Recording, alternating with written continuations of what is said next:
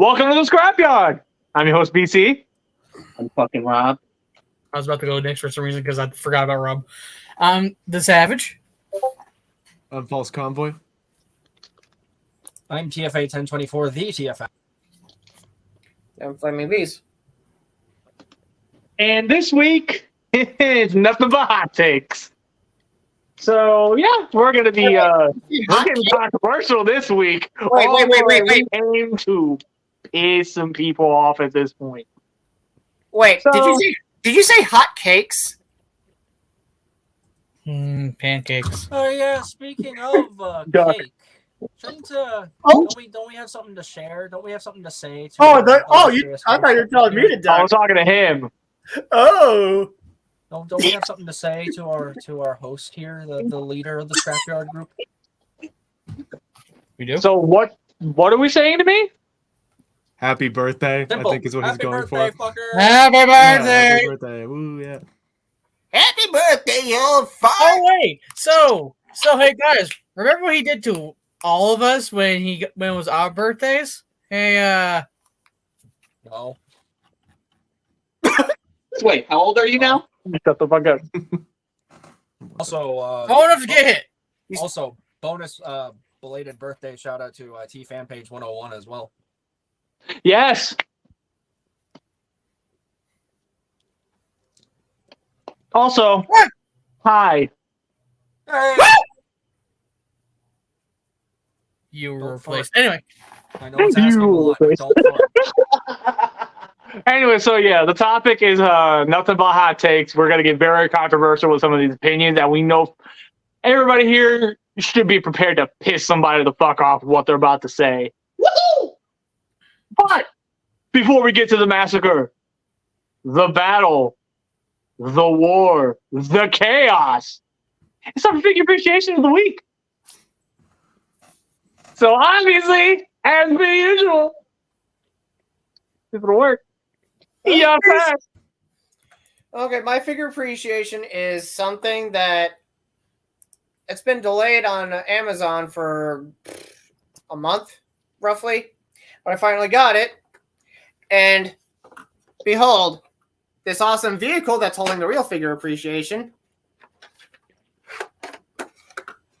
The McFarlane Toys DC Multiverse Michael Keaton Batman. If I can get this fucker out. Yeah, it's a Holy user- massive four-wheel winged vehicle, Batman.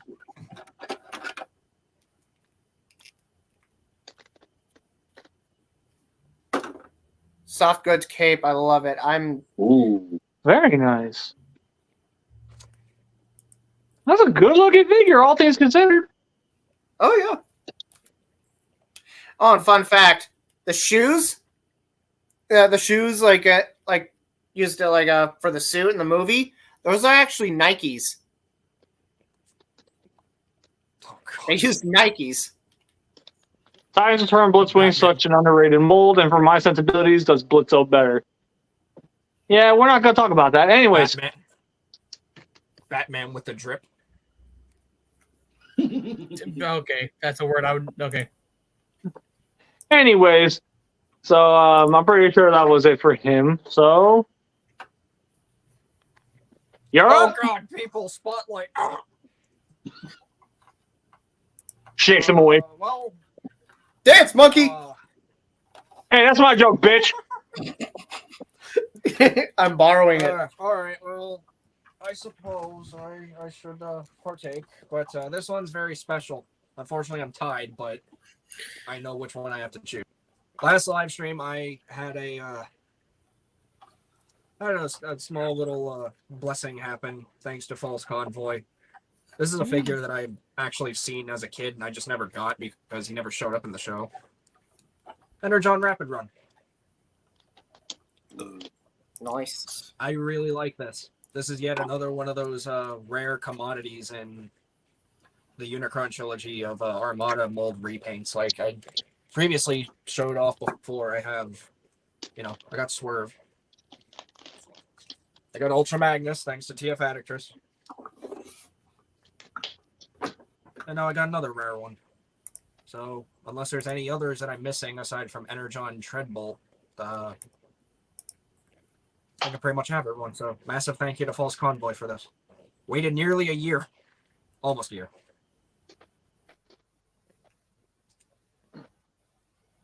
All right, False, you're up, buddy. All right, so it's a hard choice today. Looked at my whole collection and thought, man, who deserves some limelight? And I think I decided on this guy because, well, he's one of the baddest bitches in town. And it goes to Cybertron Sideways, or Noise Oh, Maze fuck if you're yeah. so inclined. This is the US release, but still, fucking absolute banger of a toy. I got him down for my shelf the other day and was like, this one doesn't get talked about enough. This is a really cool design, and like Sideways is just such a fucking cool villain. It's like, is he Sideways? Is he Noise Maze? Is he from Planet X? An acolyte of Unicron? No one knows, but all we know is that he will stab you in the fucking back and he'll look damn good while doing it. So Damn right. of a toy. Pretty sure he'd Oh, yeah. smile too if he had a face. Yeah. Banger of a toy. I'm gonna bring Sideways up for one of my hot takes. Okay. Just letting y'all know. Anyways, Oh no. dance, monkey.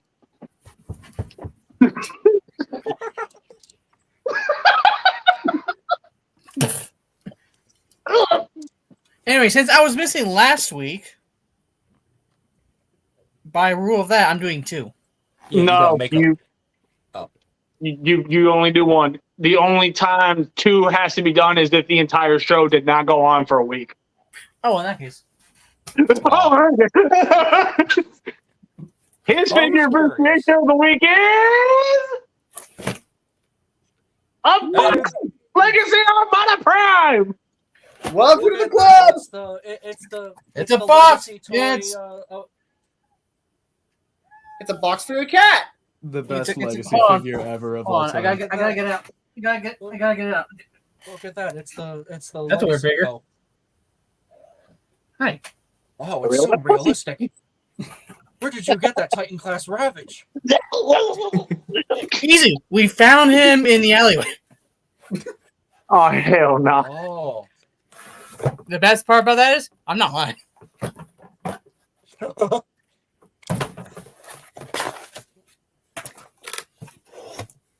And yes, I'm doing an unboxing. Leave me alone. Hey, I can't complain. I just got that figure myself. I'm so happy that thing got introduced into the Transformers Hall of Fame. It's probably the best Optimus Prime ever released. Maybe. Armada represent? Also, I think going to be on record my first Optimus with a trailer. Damn, your first one. How the fuck have you been avoiding ones with trailers this whole time? I've had the Voyager Revenge of the Fallen one. Siege. I've had the Combiner Wars Optimus. I've had what else? Nemesis Prime without a trailer, obviously. Optimus, the Studio Series one. Yeah, somehow I've been dancing around like fucking magic. I don't know. See, yeah, Wait, which Nemesis? that's impressive to me because I have an entire storage bin of just trailers. Oh, Jesus. Damn. Problem. Wait, Okay, which you can- Nemesis? Probably on full screen me because it's probably gonna be a hot take. God, I've got like Which Nemesis? Just because of that, you're staying on the fucking hot seat. MP10B. Oh, okay. Delicious. Oh yeah, the one with the cat ears. MP10B. Not No, yeah, that was MP11N or something. Oh. Or something. Is it That's like the MP11? Is it movie 11? version. Maybe it's not 11. It's not some MPM something N. Oh, okay. NPM 12N. 12. That was it. Yeah, 12. Yeah, I'm not. You're welcome. I'm not familiar with all NP titles. Now, Studio Series, you can list off a number, and I'll most likely know it. 22. good God. Revenge of the Fallen Starscream, if I'm not wrong. God fucking damn it. I told you. I don't know. I'm just taking your word for it at this point. I think no, he might have been 21. I think 22 was.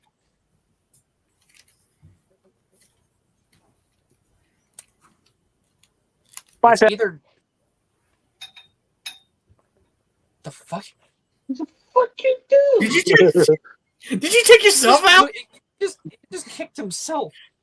He's like, bye, Savage, and then just Also, I was- leaves. The Before fuck? we move So I on, was wrong. let me do this. Failure. Now, Also- it's funny that you mentioned Nemesis Prime. Ow. It wasn't Starscream. It was. Ooh, Draco. hell yeah. Starscream was- That's a good one. Starscream was Strand 1. My figure is the. What was his number? I want to say it was 49. Whatever You his are number correct. is, the MP You are Nemesis correct. Prime from the MP. 44 mold. Yep.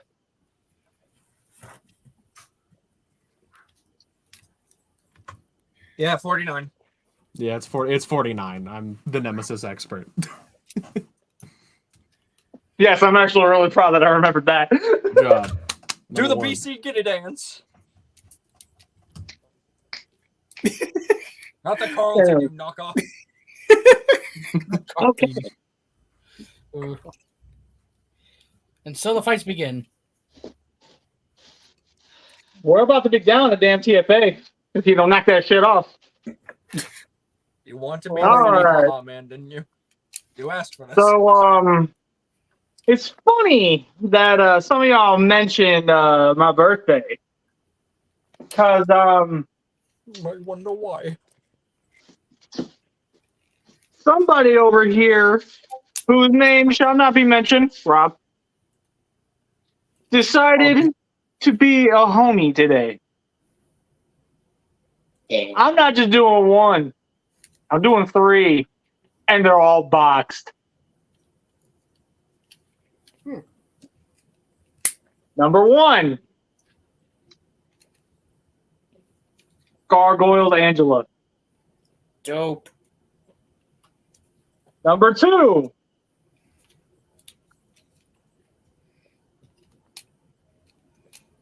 Xanatos. Oh, it's nice. Number 3. As much as I really wanted it to be Eliza, Armored Xanatos. Ooh. Okay, that's pretty sick. Those are cool. And so since Savage was opening his, so who do I open first? It's right here. I'll do him first. No Transformers? No. Disappointment? I'm allowed to not have Transformer Halls. Don't you play that with me. Oh, that red is gorgeous. I'm allowed to look at other things. Oh, I want to see. Look at that. I'm Wait, I like, want to see. y'all will see it in a second. Let him look first. He's the one. Hey, he paid for these. Okay, let him see it first. I'm sorry, you mentioned red. Red's my favorite color. Look at that red. It's beautiful. Well, you weren't ready for this. Haha. Oh, it's funny because he said the color. Oh. Be careful, or else BC will be Ooh. seeing red. Seriously, y'all, look at that red. It's very vibrant. Yeah. That is dope. This is gorgeous. Unfortunately, he's got like zip ties and shit that I can't quite get at right now.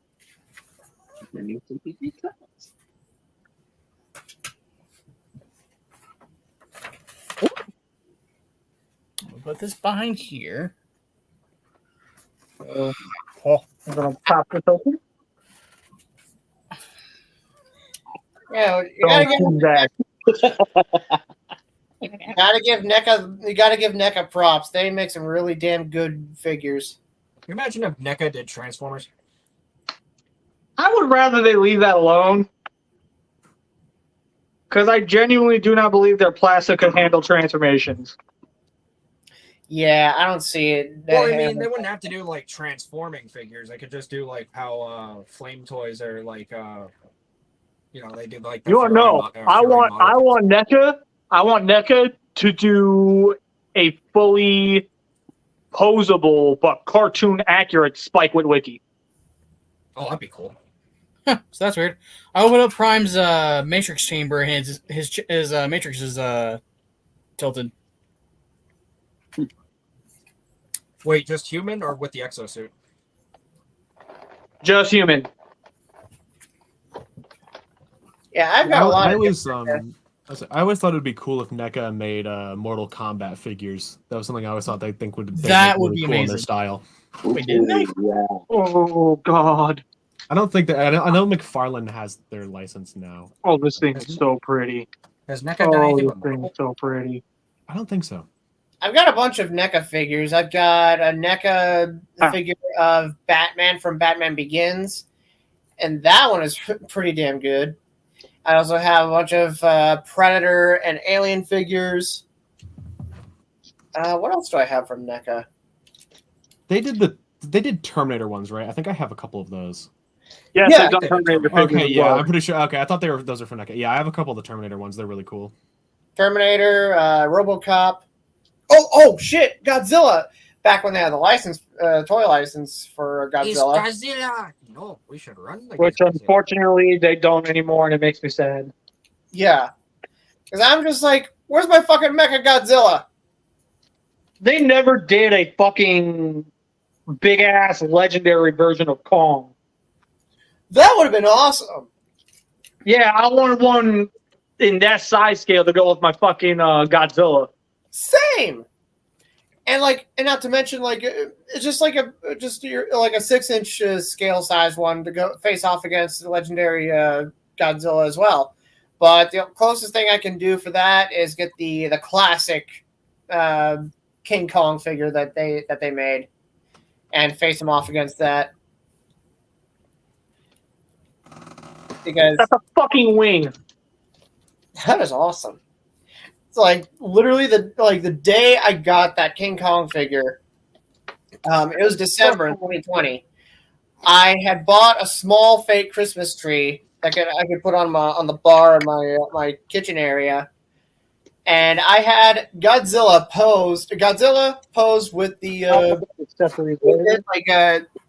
blowing his atomic breath on the tree, and King Kong clinging to the top of the tree, trying to kind of replicate that iconic scene with the skyscraper and the planes. Just because I could. Because I can. And then later that day, and then later on that month, I was like, you know what?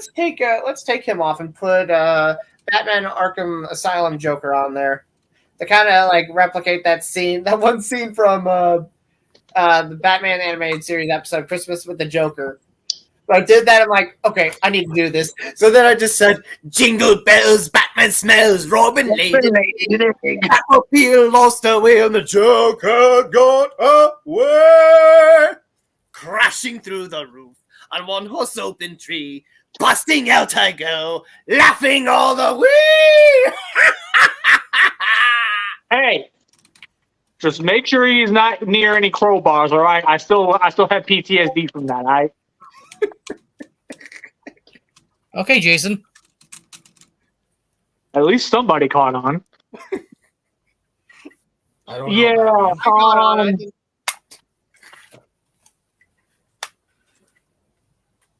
I think I need that. Did you even watch the show? Man, happy. Not in its entirety, but I did catch an episode back when I was a kid where Armored Xanatos was in that scene. I did see him in the show back when I was a kid. Get down. Memories.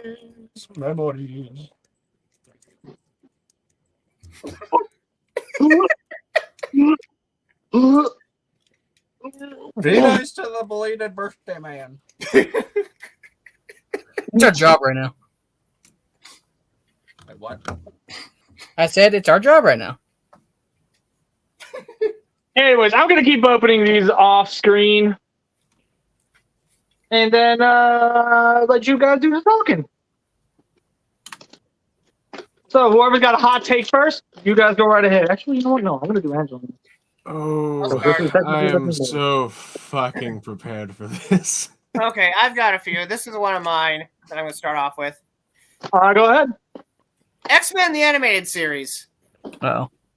I binged it in 2020 when I got Disney Plus, and I had very high expectations for it, and the voice acting is bad.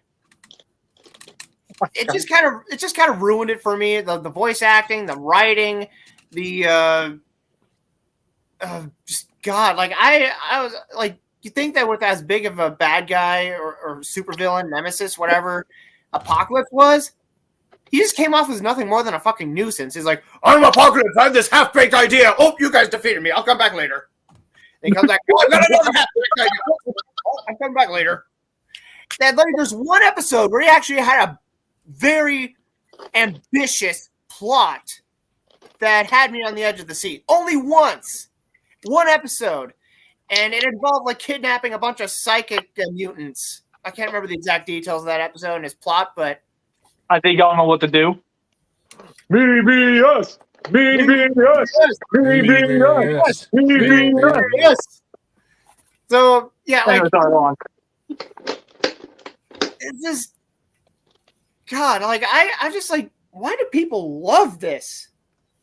I mean, it was enjoyable enough for me to watch it completely through, but God, and then like, I don't know, like the only X-Men anything that I was most familiar with were the movies.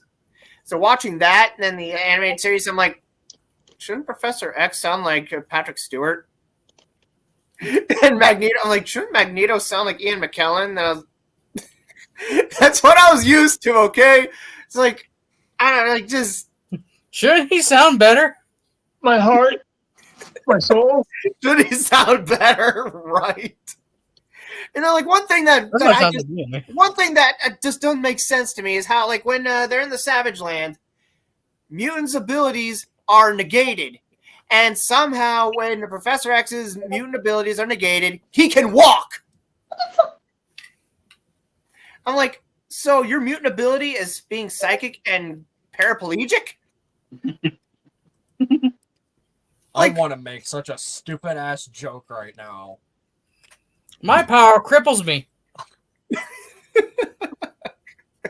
No, I'm just Really? I got this stupid. I don't mean to interrupt this. I just want to get this joke out before I forget it. Go ahead. The whole You stupid mean thing. bees, right? Or what? You mean bees, right? Yeah, sorry. I'm just imagining, like, Professor X. What if, like, just because his mind is obviously like super intelligent, right? Like, Supposed to be. you know. But like for some reason, just because he's in a chair, maybe his mind is just constantly going like whenever Peter from Family Guy tries to get his Joe's parents to say the word cripple. So Professor cripple. But yeah, like I just don't understand why people still think it's the greatest like Marvel cartoon ever.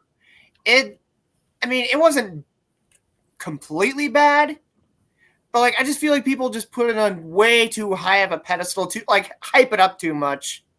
I mean, the opening theme is a banger because Ron Wasserman you can't go wrong with him in theme songs.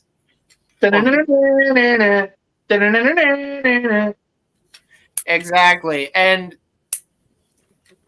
which on that note, I'm kind of pissed off at the fact that unless I'm mistaken or this is fake news, but I don't think Ron Wasserman is going to be back for X-Men 97 composing the theme or even the music.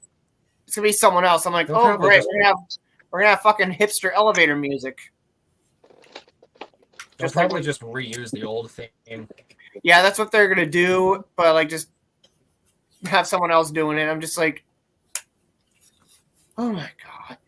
It's Ron Wasserman's musical prowess that made the show, well, at least the theme song, so memorable. Like the music for the show was really good. The theme song was really good. It's just like one of the best. What is that noise? Discord. Okay, like I keep hearing that constantly. Who's doing that? My figure tonight is Destroy Gundam 1/200 scale. Basically, is an action figure, not a model kit, but they are going to release a. I'm pretty sure you meant to say 1/144th, but either way, and I'm happy. That sounds great. I don't know what the Destroy Gundam looks like. Savage, you're gonna have to help me out here. Anyway, it's like, yeah, I just feel like people only think it's great because they're still wearing the nostalgia glasses and it's something from their childhood. But like, there's sometimes where you watch a cartoon that you absolutely loved as a kid, and then when you watch it as an adult, sometimes your taste like just change, or you're watching it like, what the The fuck? rose tinted glasses come off the older you get. Like, there's one show that I loved as a kid, but as an adult, I found nauseating. Cow and Chicken. Oh God. You can't put a link to what this Destroy Gundam looks like in the private chat. Yeah, that's a good example of a show that is not. Yeah, that's a good example of a show that is not as good as everybody remembers it to be. Like, as an adult, I'm watching and I'm like, Jesus, that's fucking disgusting.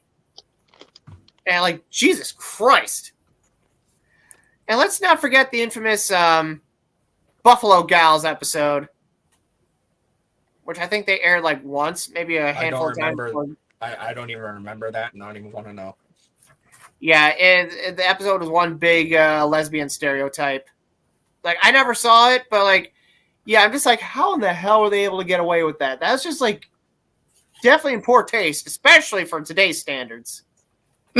That's because it wasn't today's standards. If you watch it, yeah,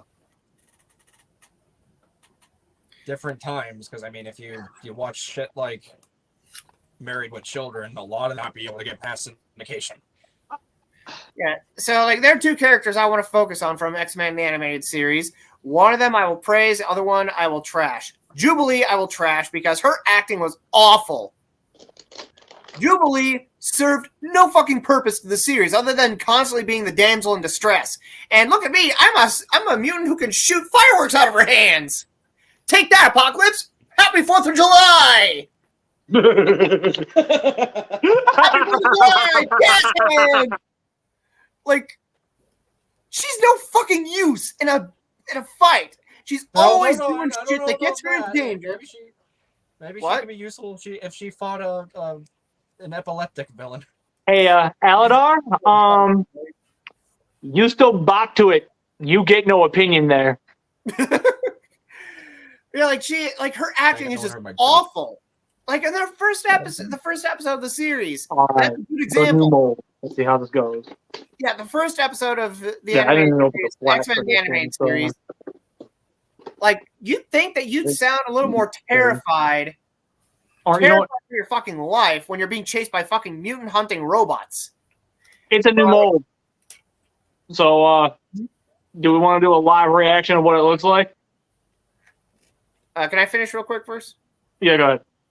All right. So, yeah, like, her acting is just awful. Like, when you think that when you're being chased by giant mutant hunting robots that you'd be scared shitless. But she is like, the way she's reacting, you think that she's being harassed by the fucking plastics from Mean Girls.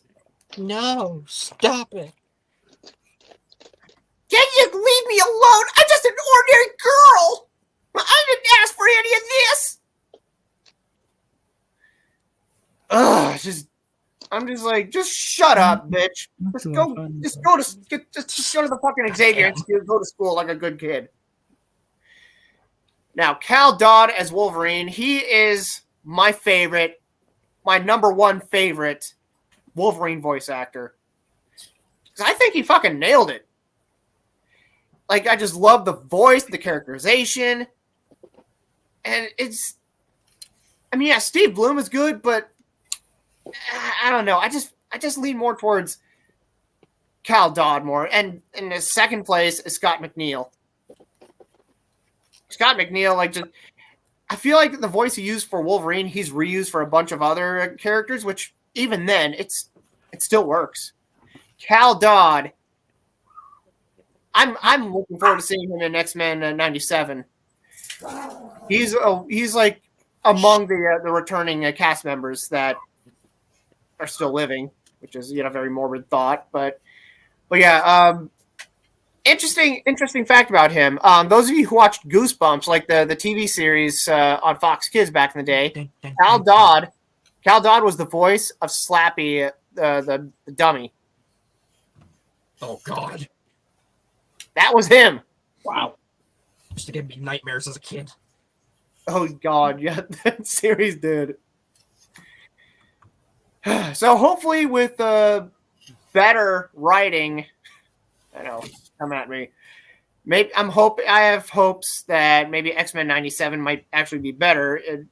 I'm hoping that it'll still retain the feel that the show is trying to go for, but also just the writing and voice acting will hopefully be better this time around. I'm done. BC's eager. All right.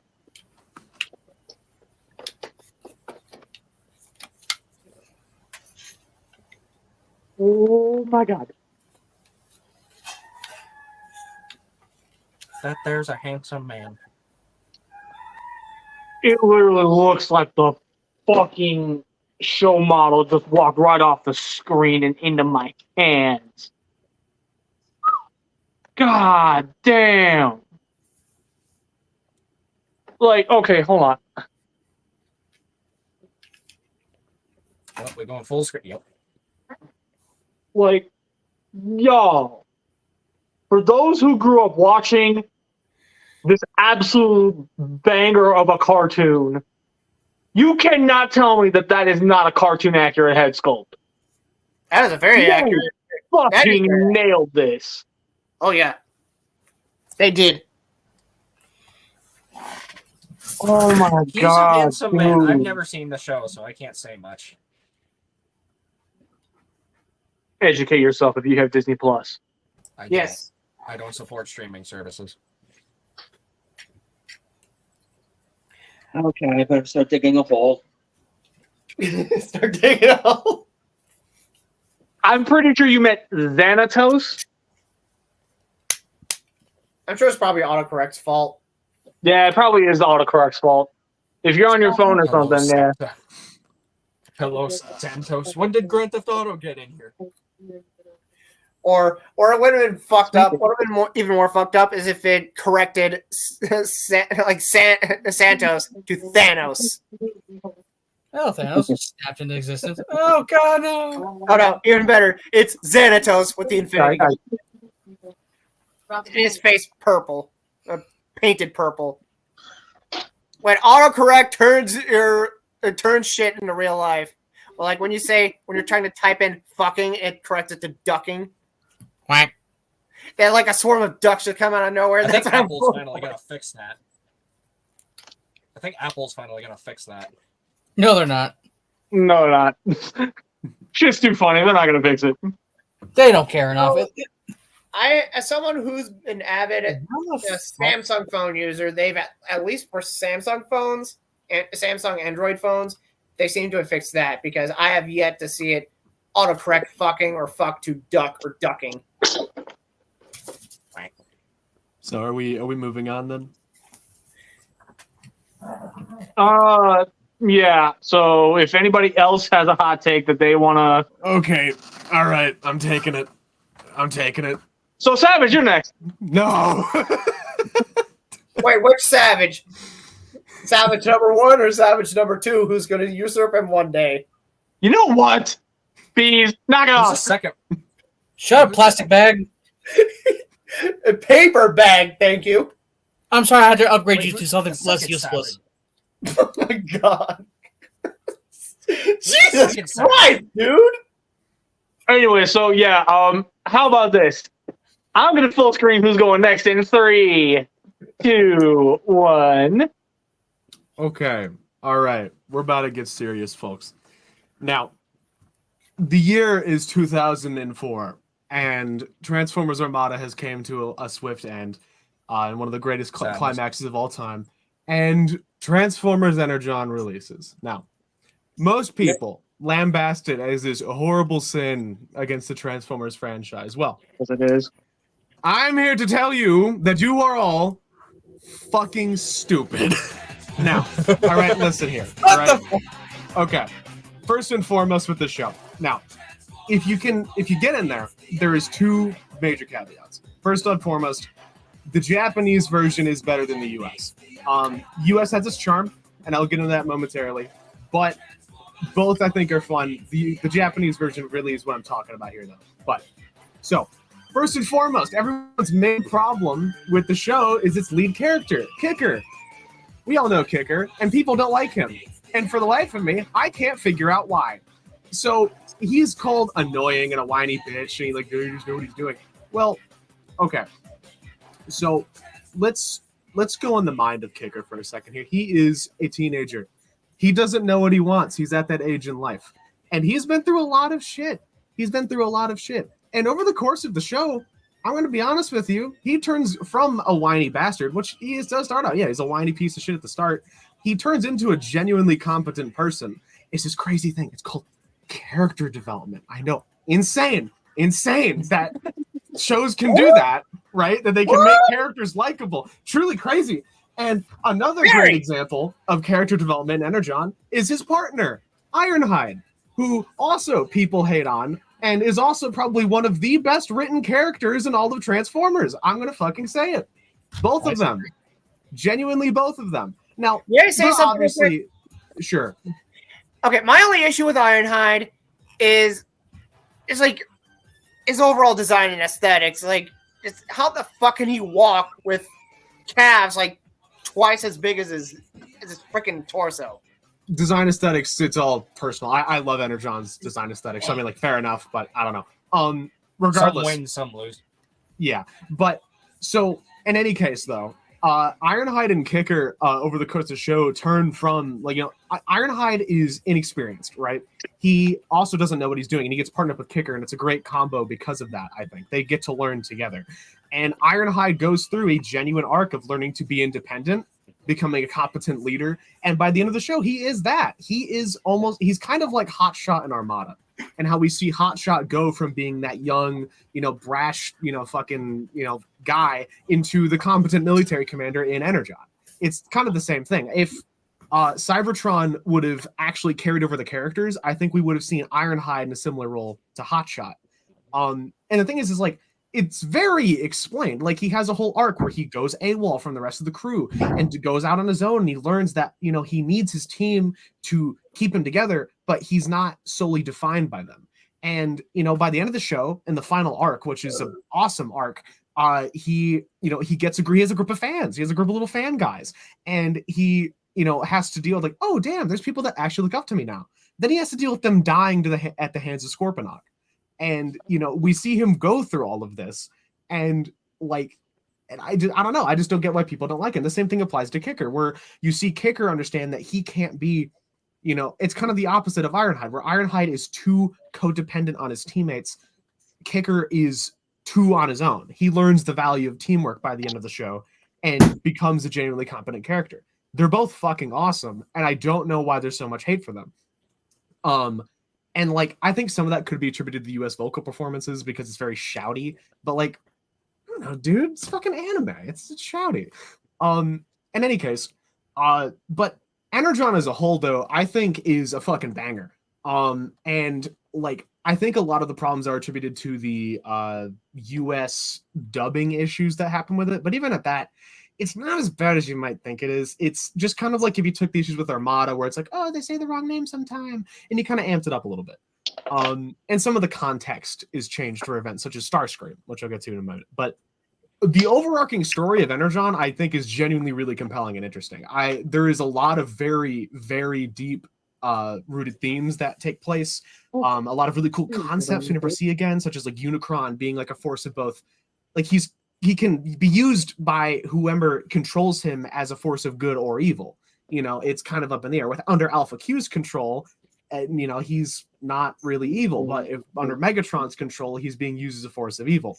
I think that's a really interesting way to go with Unicron, and it's kind of a shame that they haven't done that again. But at the same time, I can kind of see why. Fucking on the topic of Megatron as well. Oh mama, he is. I started this music because it's like kind of his theme almost, but I love that. Megatron is fucking peak in Energon. I am so happy they're making just a new core class of him, but man, fucking they have never hit him out of the park harder. I think. From the design, oh my god, like he is so fucking cool. The fucking G1 Galvatron kind of body design, just the huge wings. He's so fucking big in the show. Like he is, oh my god, fucking S tier Megatron. And no one ever bats an eye at him, and I think that's fucking criminal. Such an underrated design. It's really nice. It's really cool. I do prefer the purple of the upgrade, but Yeah. still fucking banger. I'd like to. Can I say something again? Yeah. Real quick? Go for it. Okay, like I said, one of my biggest issues with Energon was the overall designs of some of the characters. There's just too much visual noise, too much junk hanging off other characters. But Megatron and Galvatron, they're one of the few characters whose designs I actually really liked. Yeah, I think it looks better as Galvatron because clearly his design is meant to evoke, a G1 Galvatron. Yeah, he was meant to be purple. You can just kind of tell. Yeah, I really liked his design a lot. Yeah, it's a banger. It is a banger. Oh, yeah. I think a lot of the It's designs, such an honestly. I was just gonna say it's really such an underrated design for Megatron. I agree. No, it is. It is. Truthfully, I think a lot of the designs fall into that bracket. Like Optimus, for example, I think people give that one a lot of crap because the toy was fat. In the show, he's just not. He's just not fat. Yeah. If you haven't seen the fans' hobby toy, Chunkimus fucking- Prime. He's gonna take over for me for a couple seconds, so just give me a bit. okay, Okay. I'm gonna keep going though. Fucking Fatimus Prime, dude, in the show, he is like slim. He's looking good. I love the concept of the drones. Like he's a little too bright, probably. Like the colors are kind of like crazy on him.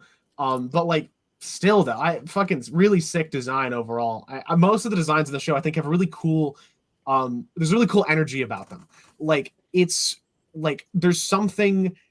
I don't know how to explain it beyond like there's something about Energon, just even its whole like its tone. It just feels.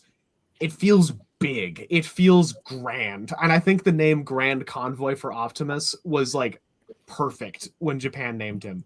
Like there's something about Energon that just invokes this sense of scale. And it's like, I think part of that is because they do focus on these big events. Energon is a big story with big stakes. And it's just fucking awesome. I think people that haven't sat down and watched it are really missing out because I think the problem is that most of the fandom just has like this hive mind, right? And they'll say things and it gets spread around and then you kind of trick yourself into going with the fans. Because that happened to me with Energon. I didn't like it for a long time because I just listened to what everyone else said about it. But I was like, I haven't even sat down and gave this a fair chance. And when I did, I was like, oh my God, this is like the coolest fucking thing I've ever watched. And I think that's a fucking shame that people haven't seen it. And so my last point on really this whole thing is that the Japanese version of it, Transformers Super Link, is what you should watch because it recontextualizes a lot of the events and the whole thing is much more cohesive. For Starscream, for example, that is not Starscream in Super Link, that is Nightscream. And he was built as a pure embodiment of Megatron's fears and insecurity surrounding Starscream, right? Like that as a concept. Sick. Is so fucking cool, That's sick. and like things like that are just like that is such a cool bit, and it's such a shame that didn't make it into the US cut. Yeah, I agree. Just stuff like Can you that. imagine the different type of tone that would have? Exactly, and it's kind of even in Super Link it gets glossed over sort of fast that it is like but even at that it's just kind of like that is just a concept I think is so fucking cool. Dude, that's really sick. I never knew that. And like there's tons and tons of little differences in Super Link that are like that I think make it a much better watch. But there is one thing about the US version that I can't take. A banger of a Starscream toy. Fucking love that Beautiful. one. But I think that people that they didn't get the heart across the same way in Super Link, because Energon has a lot of moments that were recontextualized to be these bonding moments between characters. One of my favorite moments in the entire show is when the Decepticons completely trash Lunar City. It's destroyed, annihilated, and it's the second time it's happened. And Optimus is standing out there with Kicker, and Kicker walks up to him, and they have an exchange about how, Optimus says to him, cities could be rebuilt, but lives are much more precious. I want you to always remember that. And then Kicker, they have a little joking exchange where he's like, Kicker's like, I'm just worried about Megatron. And Optimus is like, well, you let me worry about him. And Kicker's like, yeah, well, if you ever need backup. And then Optimus is like, I know, you'll be right there for me. Things like that little interaction, I think is really, really good. And it builds that relationship between characters. And Super Link's version of that scene was not at all about that. It was just about the technicalities of the scene and the plan going forward. And I think that's one spot where Super Link is not as good as Energon, is that the character interactions, there's not as much like heart and soul to them as they are just kind of like moving the plot forward. And that's one thing I do like about the US version. That in the voice acting in the US version, despite the fact the dub was rushed, the voice actors, I think, gave it their fucking all in Energon. Like the performances there are fucking insane. Mostly David Kaye. I think he has never given that good of a performance, in my opinion. Like the genuine insanity that he can convey in Megatron after Megatron is reawakened and he's back in business. His fucking maniacal laughter. It's all just so fucking good. And the only problem with it is that with the dubbing mistakes, some names get thrown around wrong and some lines are just kind of weird because they weren't translated correctly. And it's kind of a shame because the US voice acting cast is all so fucking good. Kicker, being voiced by Brad Swale, he's one of my favorite voice actors, or Swale, I don't know how to say his last name. He voiced Amuro Ray in the Mobile Suit Gundam English dubs. He also voiced he voiced Rock in Black Lagoon. Oh, okay. Yeah, and cool. I think he also voiced I forgot his name from Mobile Suit Gundam Wing. Was he in Wing? He was Setsuna in Double O as well. He was Katra, I think his name was. Was he? Oh, he was Katra. Yeah. Whenever I watched Energon, and I was like, Kicker sounds like Katra. Oh, hey, it's the same voice actor. Okay, Katra is Kicker. Yeah, I love that. I love him as a voice actor. He's one of my favorites in the entire industry, and I think he did a damn good job as Kicker.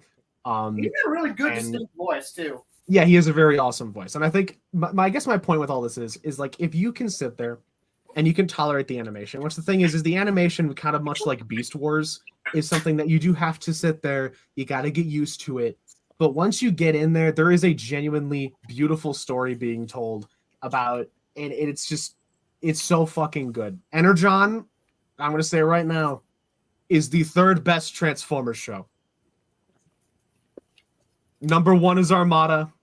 Number 2 is animated. Oh, yeah. Number 3 is Energon. That is my genuine rating. He has the balls to not even include Cybertron in that. Hey, Cybertron's top 5 for sure. The ones after that are Victory than Cybertron, but still. That is the genuine take. After watching that show multiple times over, English and Japanese version, really taking in the plot, thinking about it, taking almost a year to settle on it. Energon number 3. He took a year on it, so keep that in mind, Josh. I have sat and really thought about it, but I love Cybertron. I think we need to. I think no. Hold on. I think you need to sit down and really give that a fucking decade. The fuck? Yeah, give me a decade, it'll be number 1. Oh my fucking God. The worst part is he's not wrong. Because the truth be told, I think that of all the TF shows next to Armada, it has the most interesting characters with the most time devoted to them. And because like the problem is that the Decepticons get shafted a little bit in Energon, I will say that. But the Autobot cast gets some very good development. and it's really fucking good. There's no Dinobots and Armada Starscreams in there, but they're damn good. They are very well written, and I think that is something that no one talks about it. I don't think anyone has really taken the time to sit there and watch it, and that's the problem. So yeah, number 3, genuine number 3, and that's like I'm talking fucking strictly objective, because like if I was going personal favorites, it's number 1 now, but I'm trying to bust it down objectively speaking. I would put it at number 3 with a close following afterwards of Cybertron, Victory, and probably Beast Wars. But yeah, that's my hot take. Energon's sick, and you're all wrong. You know what's really cool about Energon? They gave us a taste at what like Richard Newman would sound like as Megatron. Yeah, he did get that for a second because the dubbing mistakes, which is kind of neat. But and it's weird how close he sounded to David Kaye. Yeah, he was actually pretty good at it. Oh yeah. But yeah, point is, watch Superlink. It's free on fucking YouTube. If not, Energon has been 4K upscaled, 60 FPS, beautiful by Magnus After Dark on YouTube. Go watch it. It's a banger. Yeah, I am willing to watch. Really I am willing to watch Superlink. I would give it a go. It's fucking awesome. There's also Tubi TV. Oh yeah, Tubi, but it's not. You can't get Superlink on there. Yeah, there's Energon on there, so I mean, Energon's on there, but you can watch the 60 FPS upscale on YouTube for free, which is just beautiful. It actually makes the animation like it's not. The animation is still kind of like weird, but like the smoothness of it kind of is just like, ooh, this is kind of nice. It's weird. You're assuming everyone has those good TVs. You don't even need a TV. Just watch it on your tablet. Yeah, watch on your phone, dude. Like you can get the 60. You won't get the 4K, but you get the 60 FPS. Again, you guys are assuming they have good technology. You can watch also, like you have a shit phone. You can also watch it on Pluto TV's Transformers TV, and kind of like with Armada, there's some like alternate dialogue in each episode. Well, that is pretty cool. It's pretty dope. Good show. Number 3. Who's next? You somehow rekindled a spark in me that made me remember and really enjoy. I'm next. Uh-oh. Wait, what? So, hold this real quick. I sense a debate. I sense. So, fear, of course. We're talking hot takes, right? Right? Hot cakes. Good.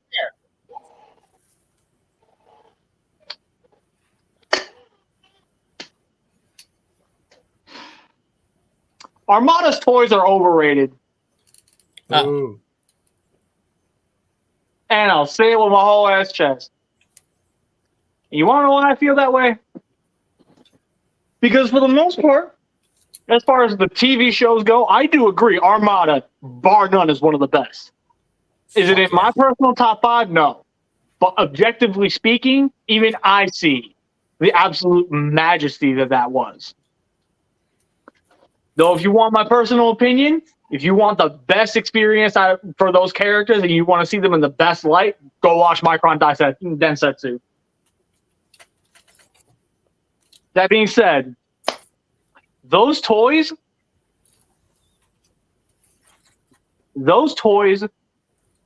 are literally just taking what the G1 toys did and just adding more springs. That's all they're doing. And you can't tell me otherwise. Now, before anybody flips, I do know some of those toys actually did translate or some of those character designs did translate pretty well into the toys. But let's be real. Mm-hmm. Armada Prime.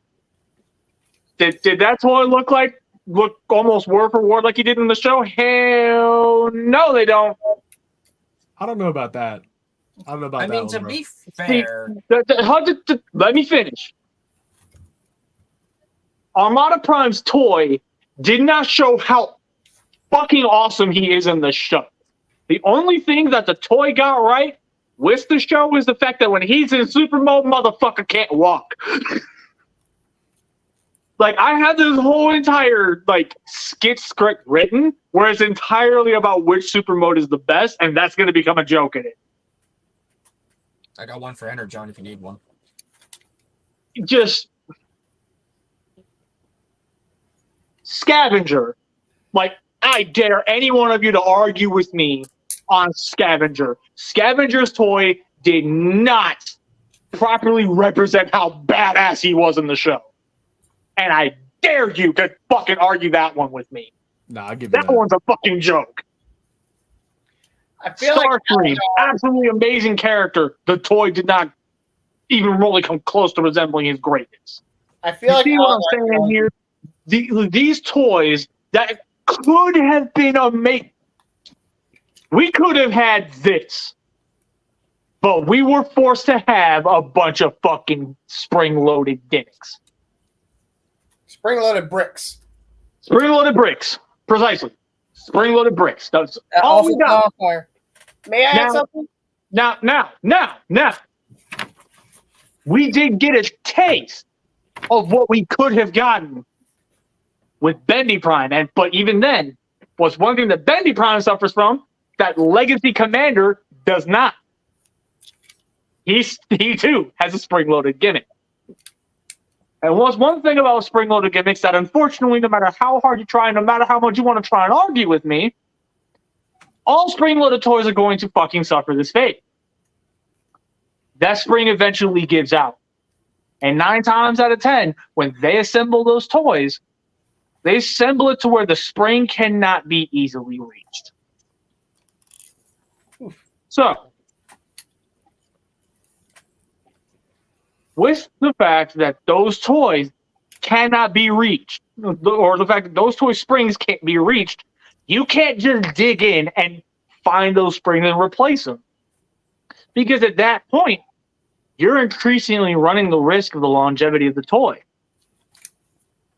Guess what? It's the same thing with LEDs. Same thing with battery-operated anything.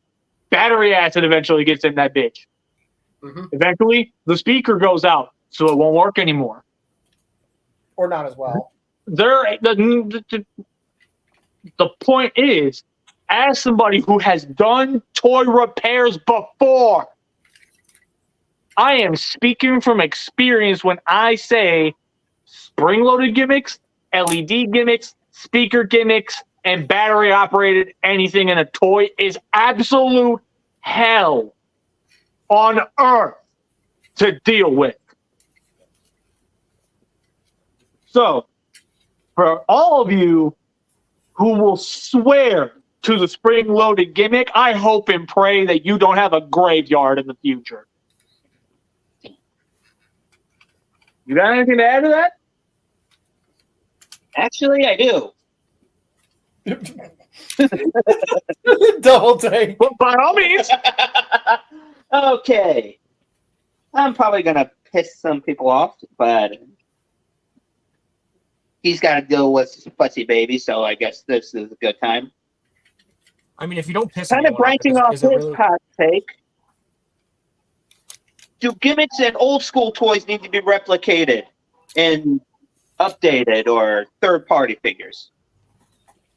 If it's done right. I'm trying to think the best way to put this here, because I'm all alone here. For example, I now own both Legacy Armada Prime and Fans Hobbies Power Commander. Still need that power. What's the one thing that's missing from those two figures that the original had? The Minicon gimmick. Am I glad they included it? They didn't include it, I mean? Yes, because it really didn't serve much of a purpose, in my opinion, with the new toys. Because it's just outdated, in my opinion.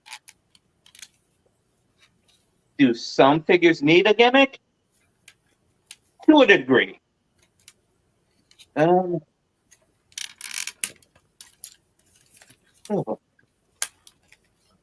I'm running out of words how to put this here. If anybody wants to chime in, please chime in. Give me some fuel to think here. I mean, like, One I would thing say, like, gimmicks are like one of those things where it's like, right. So I think the mini cons as just existing is good. You know, like, I think Optimus should have his mini con, but you know, something like, imagine, like, you know, like Armada, like Sideswipe, for example. I do not want him to come back with his old gimmick. You know what I mean? Because it's like, God. that was so intrusive and it ruined the whole toy. It's all about Mhm. how intrusive it is. You know what I mean? Yeah. Like, can the toy still be Sideswipes a are good really- figure with it? Right? Yeah, that's a really good example too, because that gimmick was only utilized for one mode. Yeah. It was a fucking wreck. Because he was basically supposed to become like a battering ram. Characters like Hotshot, he had like 2 separate gimmicks for each of his modes. So like Jolt could power link with the back to become like a little turbo booster, and Mhm. then in robot mode, he power links on his back to give him the Axel Zuka that Mark Lemus, everyone has been calling it since. Yeah. And I like that how the new one, you can put Jolt on there. He doesn't activate all the springs, so it doesn't compromise the figure. It's just, oh, Jolt can Yeah. go in the places. He can be the little booster in the back. He can put him on his back and lift up the cannon. But like, you He's a know, good It's your accessory. imagination. It's what it's there for. yeah. Like literally, and they clip onto a dude, unlock a new power, and give him more firepower or something. Like that's it. It's not a bad thing. Hmm. It's like you And one thing I replicated it wanted- well with Armada. Sorry, Sorry, you go. I thought you were done. I'm sorry. My apologies. I was just gonna say, like, you get these modern day updates for specifically for Armada or even just Unicron Trilogy as a whole. And while I understand what it's like to once had as a kid to be modernized and, you know, updated, not everything needs to make its way back. And it's where figures shine like Armada Prime and Starscream, Hotshot, Megatron, even like some of the Cybertron stuff like Legacy, Cybertron, Metroplex, and Override. They don't got their Cyberheat power gimmick, but they're fucking fantastic figures. Exactly. They don't need a fancy gimmick to make them super popular. Like, when Tidal Wave comes out, and it's not even an if anymore, it is a when. I don't want him to have all the gimmicks that he had as a kid. I don't want him to have Ramjet power link onto his chest and have spring-loaded rotating nipple guns. That's a sentence. I don't want his Dark Fleet mode to open up to be playable with other mini-cons or Titan Masters or whatever. Mm-hmm. Just give me a giant transforming to his own fleet, the giant battleship, and can somehow combine with Megatron. I don't care how, just do it. If you can't do it one way, do it another way. If you did see the poster or whatever you want to call it, they did show Megatron with Tidal Wave on him. So it's going to happen. I did. You weren't here last episode, but I lost it. Yeah, I wasn't really available, so I have no idea what happened last episode. Pulse Basically, we're all very excited for that one. I cannot wait for that one. But yeah, I'm actually inclined to agree because, like, I'm an Armada kid, right? There we go. Like, I'm an Armada kid. I grew up with Transformers Armada back in 2002, 2003. I love it. I love the old figures. They're amazing for what they were, but the modern updates blow those ones out of the water. Oh, for sure. Oh, certainly. And that's coming from me. I wanted to interject with one thing on a point that BC was talking about. That was about Armada Optimus, like the toy. Now, I can stand with a lot of what he said. The new ones are better, but I cannot, in my right mind, tell you that this is less accurate than the new one.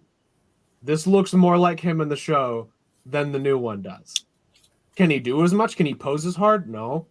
But this looks better. This looks more like him. And for a thing just sitting there, this looks way better. Yeah. Yeah, sorry. No, this is entirely sorry. more accurate in every fucking way. I'm gonna be honest, like it is entirely. There's not over necessary greebling on him, which like Chug does. The colors are more correct. The everything about this is just more fucking accurate. Like I love the new one. It is one of the best figures I've ever seen, but as a trying to be accurate to the anime piece, this does it. This is more accurate. The other I'm thing too not about that disagreeing with whole, you at all. The old figure does look accurate, more accurate than the new one. Not disputing that. Yeah. So So I think with- there's a time and place. the whole So with that being stated, I still was not done. So on the back end of my point with the gimmicks, I'm also going to specify this. Even I have areas where I'm more than willing to make an exception. And that one exception I've made, automorph. So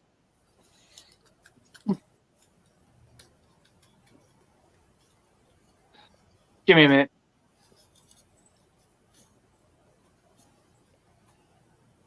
Yeah, be right back after these commercial, kids. Like one thing I wanted to add, I was trying to add, was that yeah, I'm not going to deny that the figures are like spring-loaded bricks, but They're fun.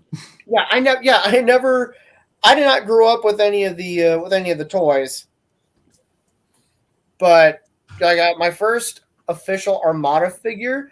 I'm not going to include the 2010, 2011 movie anniversary Unicron figure I have back there because, yeah, that's intended. That was retooled to resemble G1 Unicron, so I don't count him. My first proper original Armada figure was Starscream. So like I got this, and I'm so used to I was definitely really used to like just the posability, but like I was disappointed in that. But I feel like it made up for was just the gimmicks. It's like, ooh, this is fun. Yeah, exactly. That's kind of where I'm at. It's like there's I think- I like having both. oh, I'm sure it'd be possible to have both gimmicks and posability, or just make the figure more expensive. Well, I'm saying like two figures.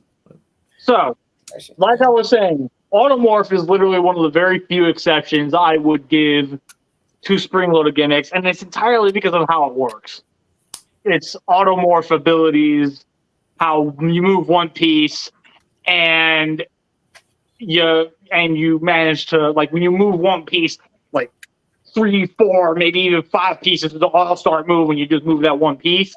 The way, like, the engineering that goes into that has always fascinated me. It's fucking awesome.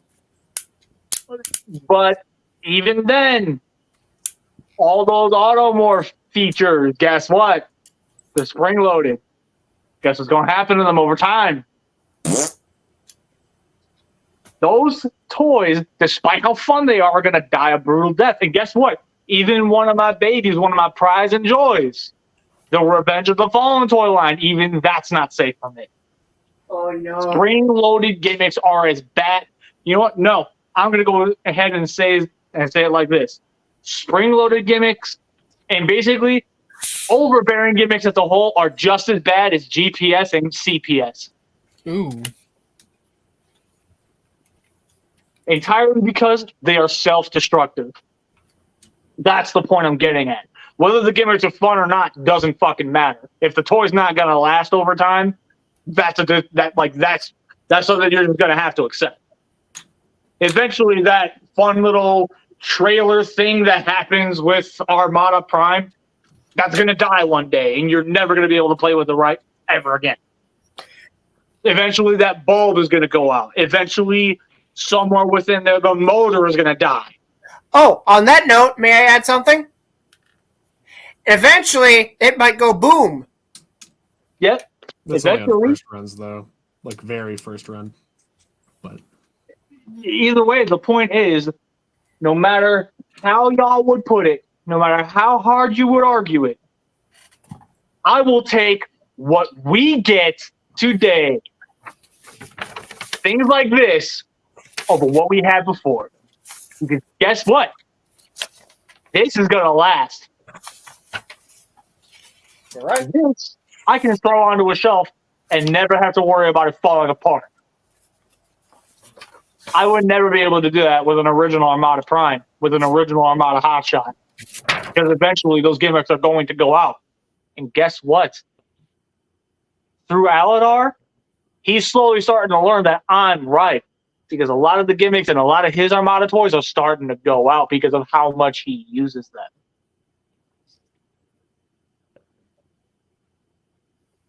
We'll see. If I can make one counterpoint to that, though, is that if you compare the old toys to the new toys, the current plastic quality is nowhere near those old ones. So you still suffer from a longevity problem. If you transform and pose your figures hard, like some of them are just gonna break. Yeah, but see, here's the thing. We are going a completely different market now. We know better now. That's the difference. When we were kids, we didn't give a shit. We're grown. We're adults now, unless we're Aladar. We're grown. We're fucking adults. Yeah, we understand. We're looking at like, okay, we don't want this thing to have that stupid fucking gimmick. We don't need this thing to do that one thing it did in the one show. We just need it to look right, and that's it. Like, we have grown more sophisticated over time. We don't need gimmicks anymore. What we need is our shit to fucking last. This is gonna last. Why? Because we don't fucking sit here and play with this shit. We pose it. We transform it every now and then. But for the most part, all this shit goes up on the fucking shelf and it stays there. May I say something real quick? Like, in the realm of what we didn't know then that we know now as adults, when it comes to, like, you know, our figures, one thing that always bugged the fuck out of me as a kid is having a figure with loose ass ball joints. I did not know that could be fixed. But as an adult, I learned that we all learned that we have options. There's clear nail polish, but that's the least permanent of the solutions. There's also floor polish, which is a bit more permanent, but eventually the floor polish, like when it dries, it'll scrape away from usage on the ball joint. And there's super glue. And yeah, like I feel like whenever we have like new or even vintage figures that have ball joints that are loose, we can fix them. In fact, I look forward to the day where I can fix my nephew's figures or toys that have loose parts. And I'll be like, oh, I can fix this. I just take it and put whatever option I feel would be more suitable for the situation. You know, it's funny that you mentioned that. What? He does that with me. Nice. He literally contacts me and goes, hey, I may or may not need you to perform some surgery real quick. Surgery on what? I got a figure and this one joint is really loose. Oh, no worries. Bring it over. I got it. Yeah. I kind of want to make I'll let Homeboy go first. Okay. I have one major counterpoint to everything you said, BC. So, by your own logic, right? So your deduction to my point of the materials are weaker is that you don't play with them as hard as you did when you were a kid. So but by that same logic, I buy old Armada figure, I don't play with it as hard because I'm not a kid. It goes on the shelf. So therefore the gimmicks, and I know how to properly maintain those toys, make sure the gimmicks don't go bad, you know. And so it's like it's the same thing, basically, is my point. So like the old versus new, it's the same fucking thing. It's the same logic, I guess, is my point. I'm not sitting here as like I was when I was a kid with my Armada Prime, activating the trailer thing over and over again because I know I shouldn't do that. In the same vein that you're not going to sit there transforming a figure back and forth and back and forth and back and forth because it'll break. It's the same thing. So I guess my point is like, the gimmicks, everything is temporary. Everything has breaking points, and it's all about knowing how to avoid those breakages and be smart with your figures, whatever they might be. And so I think I don't want gimmicks currently really either. I buy the old stuff because the old stuff has a charm to it that I don't think could be recreated in the current day. But I guess my point is that gimmick versus no gimmick it's the same fucking shit. There is pros and cons to everything. And both are as breakable. there's always different problems that can arise. And as long as you're careful with your shit, nothing's going to break.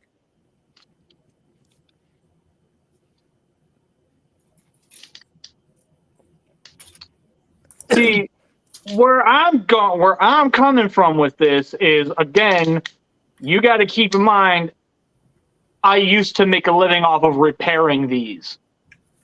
Yeah. And I've worked with a lot of those old toys. I barely ever had to do repair work on these. Well, it also comes Because with age. these don't have those stupid gimmicks. Those gimmicks are fucking hell. I mean, I won't deny they're hard to repair, but also the lack of those having to repair work is just also down to the fact that the sample size of fucked up ones is lower because they're newer. You know, It's not even give it's it not 20 even years. the fact that they're newer. Like, to this day, I still got people asking me, "Hey, can you help me out real quick? I had this piece snap on Siege Sideswipe and I don't know what to do." Yeah. Siege Sideswipe is how many years old now? I mean, only a few. Four? Like Almost 5? Four or five. Like 4 or 5, give or take. Almost 5. Yeah. I had people asking me about that when that first dropped, and I still got people asking me about it now. Yeah. It's just the age of the toy no longer applies at this point. It's what is actually in them that's going wrong. Under certain circumstances, it's entirely due to poor build. And I'm not talking plastic quality. I'm talking when it was assembled in the factory. Yeah. Like factory level errors, not the figure itself. Factory errors will always be a lot easier to handle. Gimmicks, those you can fuck up even harder if you don't know what you're doing. Thankfully, I did know what I was doing. So I was, for the most part,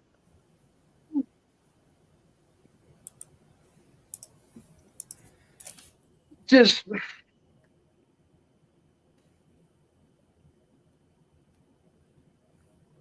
all I'm trying to say is, regardless of what the time frame is at this point,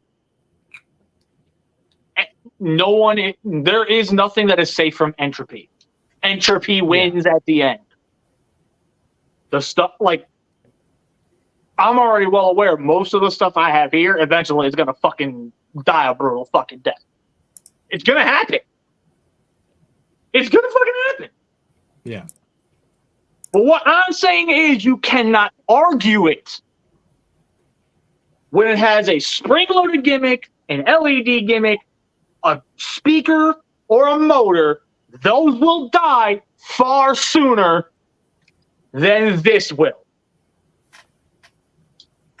I guess that's kind of fair. Yeah, no, you can't argue that. I guess it also is kind of figure dependent because it's like just throw one out there, like 86 Jazz, right?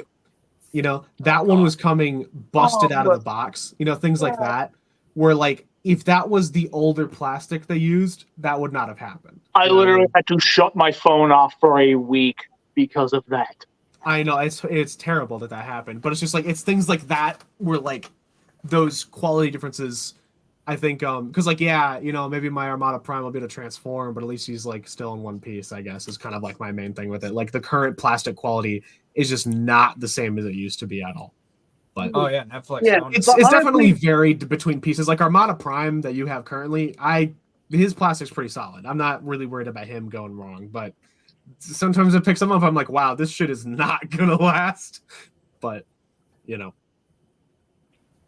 at least like I guess alone on a shelf, never being touched, it's fine. But it's just the second you factor in like, oh, you know, you got to move sometimes. You gotta, you know, you want to touch the damn thing. It's just, you know, it's a wreck. Oh, and I've decided to pull this off the shelf real quick. I got this off eBay earlier this year, the Premium Series Movie 1 Megatron, and I don't know if this is like simply something that like just a QC issue or if it's like from like degradation because automorph gimmicks, but like I can't remember which one of his feet it was, but yeah, like the feet fold up underneath the wings in jet mode. And one of the feet won't stay completely like flush.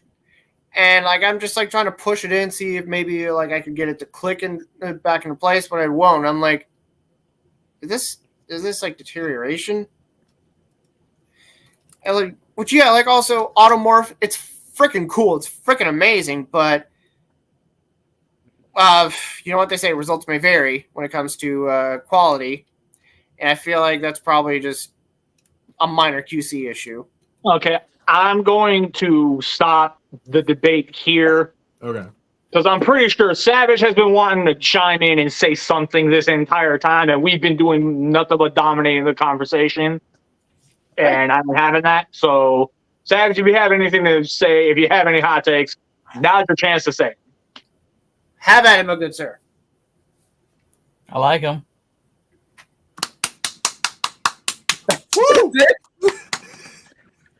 Are you fucking kidding me? Talking the entire time, and my entire focus was transforming this fucker. You had me feeling bad with the comment you made. It's like, oh fuck, that's right. Well, it's not like I'm Poor I'm not Savage hasn't had a chance to say shit this entire time. It's not like I'm saying, "Oh no, everyone's being mean. They're all not letting me talk." No, that's on purpose because I'm trying to figure out what the fuck was wrong with his leg for a moment. True. And since we're all sitting here debating, you couldn't just ask me. Yeah. What was wrong with his leg? For a moment, his the you know how this bit hinges out. It could not hinge out for the life of it. I had to get a coin out, try to loosen it. Yeah. Okay. Oh yeah. When I It's first a tight- opened up my Prime, I had almost the exact same issue. I was like, "Come on! I don't want to end up scratching it." I did scratch a little, but it's recoverable. It's fine. Anyway, so is that all you had to say? Well, now that I can actually focus back onto the entirety of the entire fucking topic now, because now he's done, I can put him down for a second, stare at him for a second. While not really to make a debate thing, but while he does say that the old one's more screen accurate, I don't know. Something about the new one here kind of hits me differently. It hits hard. It's just not. If you look at the anime, it's not the same though. That's what I wanted. It goes hard. I love the toy. It looks sick, but it is not one-to-one screen. Also, accurate. like I know this is Optimus and he's supposed to be a good guy. Oh, what's up? Thank you. This has honestly been happening all stream, and I've been really patient. What I've been trying to say in regards to that is, like, I don't think it's a fair argument to say or to get on the OG figures whenever that was literally their first attempt at these designs. I think that's really unfair. And you can't deny that through each one, they did get slightly better. Because, you know, you got some lackluster ones, like me to say, as an Armada fan. Optimus is kind of lacking. Hotshot is... There's no other nice way to say it. He's just a derpy, lovable yellow lump. At least in robot mode. His vehicle mode looks fine. Red Alert's obviously one of the better ones, so you can see that there's a step of progression with each character. There are some downsides, but there are ones that stand out. And I think roughly when we got through around Season 2's cast, Armada does have 4 seasons. We had characters like Jetfire. You mean to tell me that Armada Jetfire, even with their first design, is not good? Like, even Okay, I think you're misinterpreting what I was trying to say. No, I is get what- what you mean. I'm just giving example of like the evolutionary phase of like each figure, even with its gimmicks, because like, right, he turns into a pair of pants for Optimus, but it doesn't fuck up the figure. It functionally works well. The only, I think, electronic gimmick he has is just the gun, right? Yeah. Yeah. I'm not wrong, and you know it. He literally becomes trousers. Well, he also does have in him. Jet pants. From the Minicon thing. I'm sorry. The reason why I'm laughing is just how nonchalantly you just mentioned he becomes a pair of pants. It's like, it's not what you said, it's how you said it. That's why I'm laughing. I don't mind. I'm doing my job. I'm making funnies. Oh my god. But like I said, I'm supposed we to want still to get that evolution of like progression with each Armada figure, right? Like again, Jetfire being one of the best, and then we have the Decepticons are even lacking. Megatron didn't have knees. He had elbows. He didn't have knees. Neither did Super Mode. Not the burning Megatron.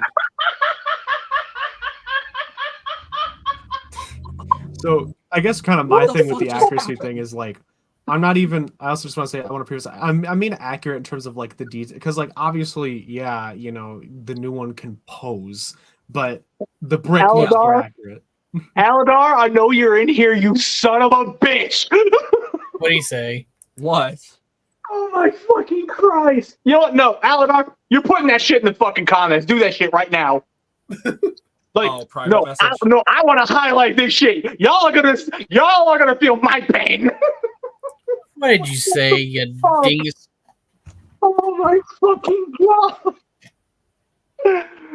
I just see his little chat bubble pop up. And I'm sitting there like, oh great, here we go. And as soon as I click it, I actually read his message and I just fucking lost it. But, you know, he's not wrong about character development then. Like, you know, he gets his own legs, but Jetfire becomes pants.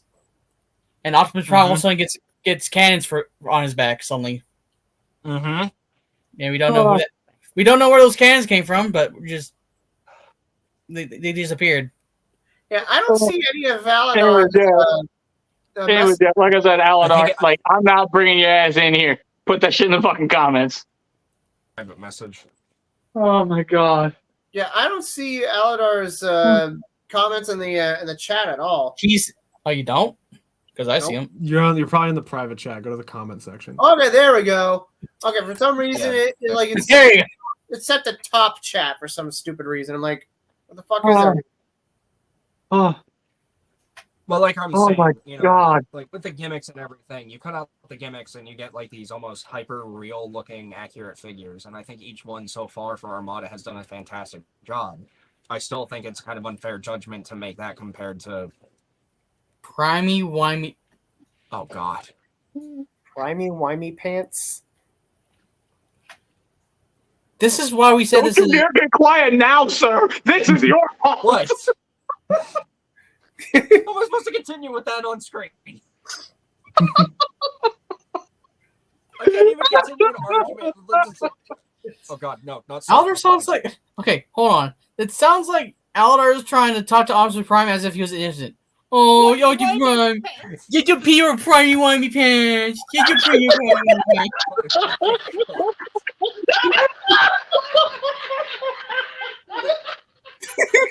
Or you better Optimus and Jetfire combined, and like Optimus is just like telling all kinds of fibs, and someone calls him liar, liar, and pants are Jetfire. Oh my god. God damn it. Liar, pants on fire. No, I'm not. I hate how bad I want to use that now, bees.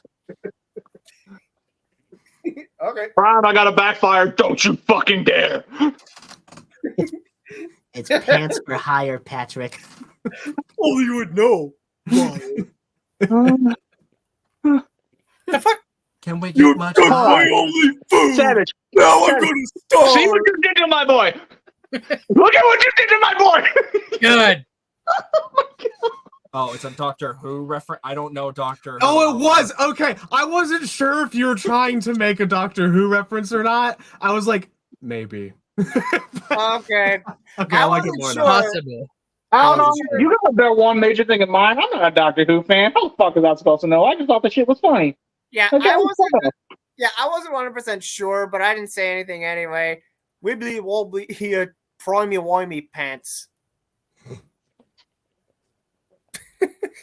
Analogy. Doctor Who reference you dumb uncultured halfwit. Fucking Christ. I'll be sure to My hear your side fucking of the argument head hurts. when you come out of the box. Okay, so I read it's a Doctor Who reference, you dumb uncultured halfwit. I read that in Aladar's voice perfectly. Why did I read that in like a British voice? Anyways, TFA. Go back to what you were saying. Oh my god. What was I saying? What was I saying? I don't even remember. You were talking about how Jetfire was good and the evolution of the characters over time in the design process. Thank you, Convoy. So I don't think it's a fair judgment to be so harsh on the original, because it's the original, man. I mean, you got to build up from somewhere, and like I said, with Armada's toy line, they built up more and more. Like I was saying, Megatron was a little lacking, Starscream was a little lacking, but what Megatron didn't have in certain points of articulation, Starscream did. What I'm trying to think of some other good examples. I don't know, Tidal Wave, that is all. I feel like Tidal Wave, I feel like, honestly, and this may be biased speaking, I feel like maybe personally Tidal Wave was like one of the peak figures of Armada. Like him, Jetfire, Unicron, which I feel like Unicron's a very unfair comparison because it's fucking Unicron. I think Wheeljack was a banger.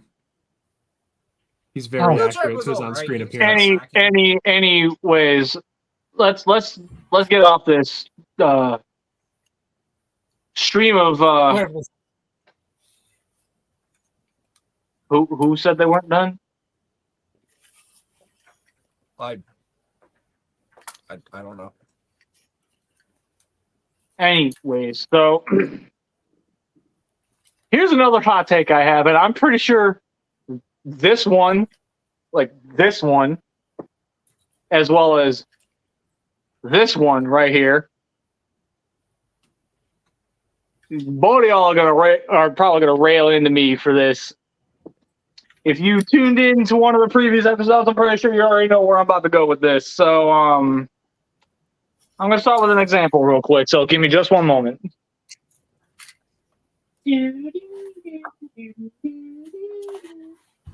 With Jeopardy music starts playing. Yeah, I have better intermission music. Too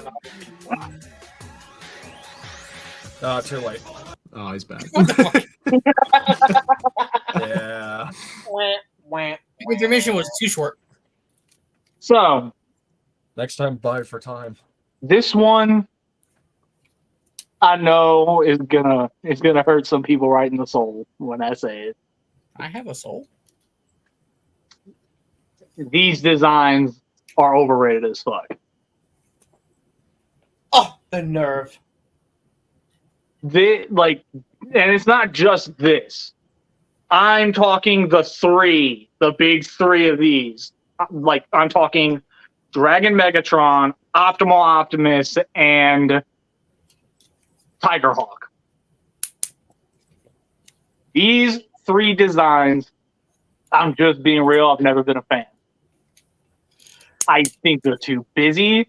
I think they're too, they stray way too far left of what they were trying to do. I can appreciate and understand why they became so iconic over time, but it's literally one of those cases of I just don't see it. I don't think Optimal Optimus is a cool design. I don't think Dragon Megatron is a cool design. The one that comes the closest to kind of actually looking pretty cool is Tigerhawk. And literally, that's just because I got a thing for quote unquote angel wings.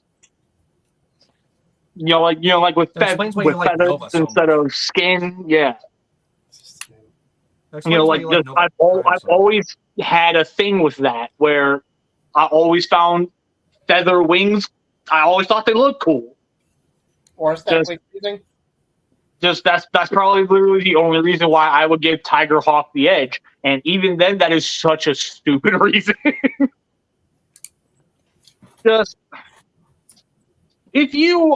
me also preface this: if you are one of those people where you fucking love these designs, I got nothing against you. I just don't. I'm just not sitting at the same table as you at that point. These designs never hit right with me. You could chalk it up to I just prefer a roller skating T-Rex. Skater Boy Rex. I mean, amen to that. I mean, yeah. The whole Just dragon thing never made sense. Just like, see, but yeah, see, here's the thing. What I'm saying is, for many people who I know I've mentioned this to, I've had people genuinely tell me that I am the bad fan because I don't like these designs. No, that just makes you a dick. Well, that is true, but that's besides the point. The point I'm making here, quite simply, is this. I will always take a rollerblading T-Rex over this any day. I will take a skateboarding monkey over Optimal Optimus any day. I will take a yellowing tiger hawk and a partially beaten to fucking death deluxe Air Razor. By the way, I'm talking about the Studio Series one. I will take those over Tiger Hawk any day. Those designs are overrated. Those designs deserve to get vaulted. And the way I see it, while yes, I'm definitely happy for the people who did get their update, we could have gotten something else in their place. And you know it. So that's my hot take for these. If I may. I never understood why we went from the Transmetal Megatron to, oh, he went in lava and now all of a sudden has Eldritch God powers. Yeah. So yeah, I never understood that either. He thought it was the year of the dragon. If I could say, so I am so there on your point on Megatron. The skateboarding T-Rex is like infinitely cooler, man. I love that design. One of the few from Beast Wars I actually like. Rollerblade, yeah, rollerblade. But fucking the skateboarding monkey, however, is where you got me like, what the hell is wrong with you? You've lost it.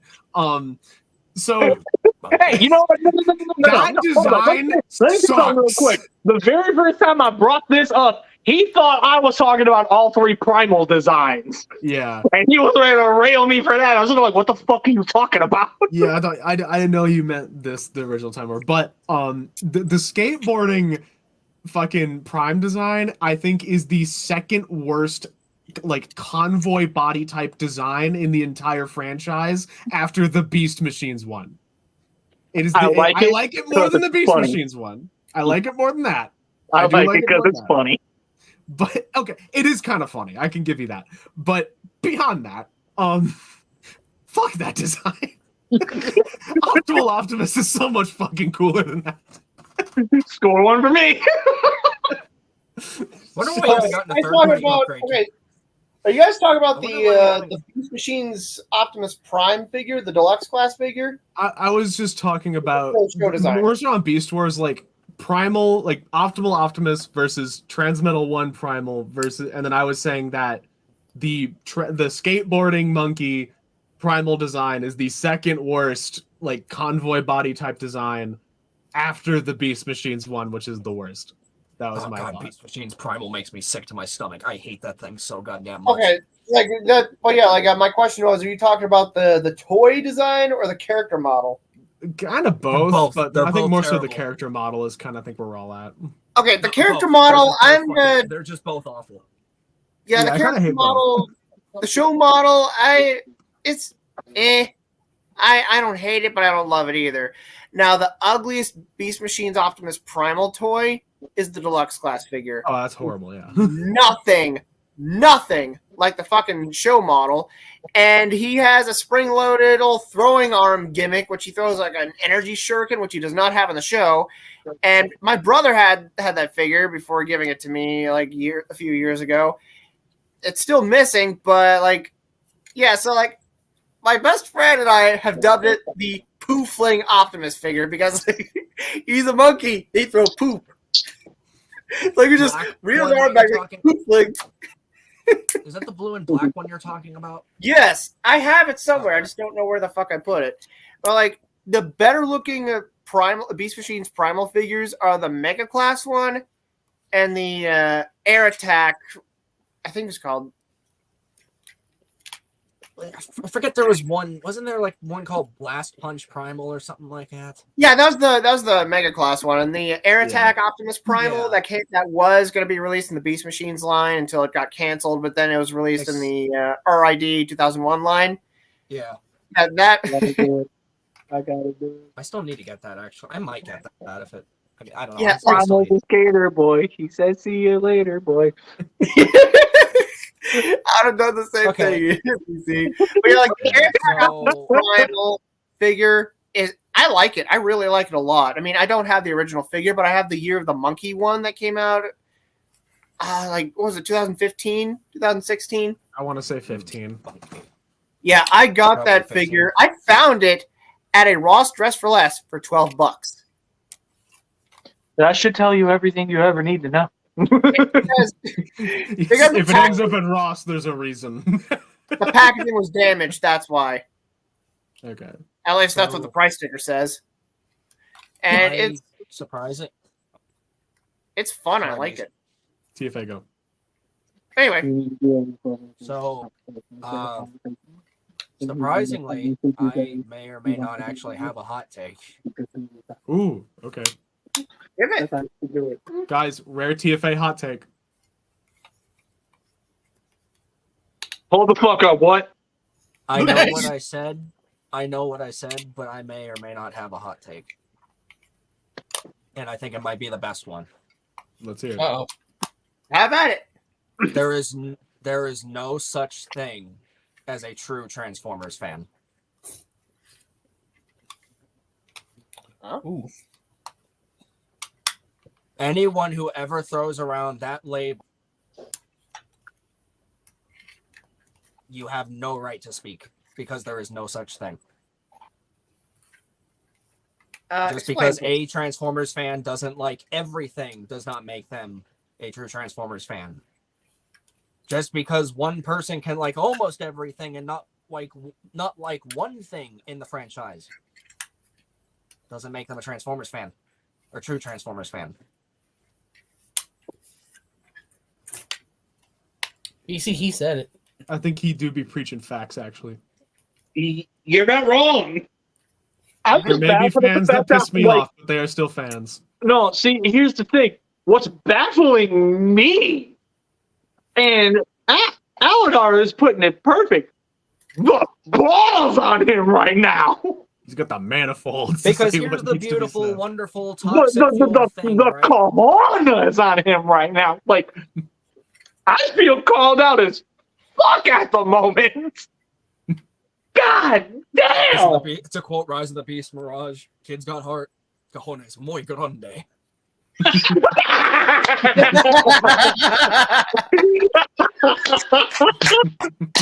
You know what? You know what? Clap it up for him. That was great. Clap it up. Thank That you, is- thank you. I'll be here till I die.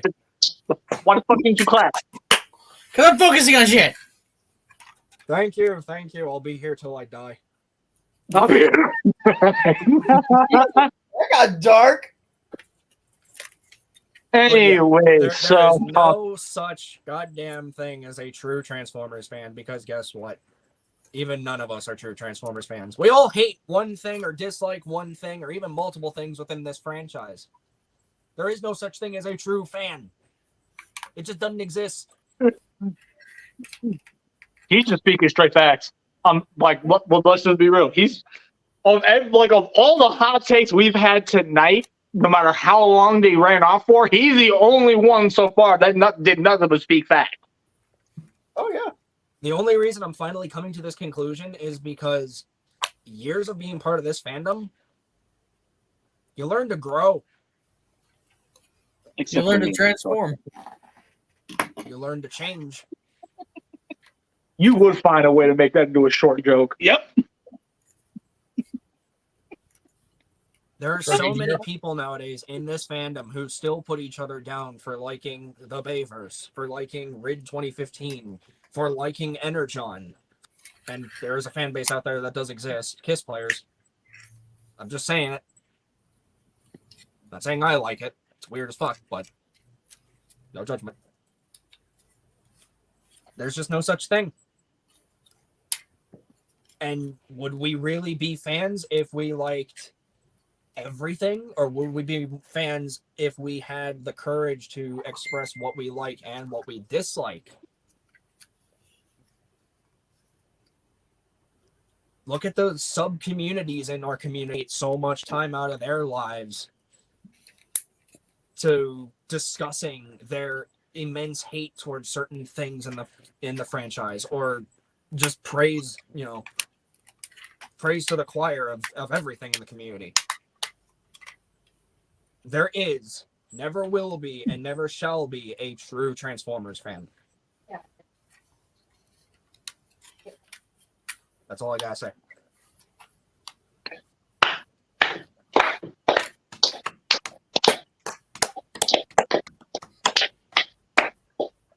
He's will be back to do a clap.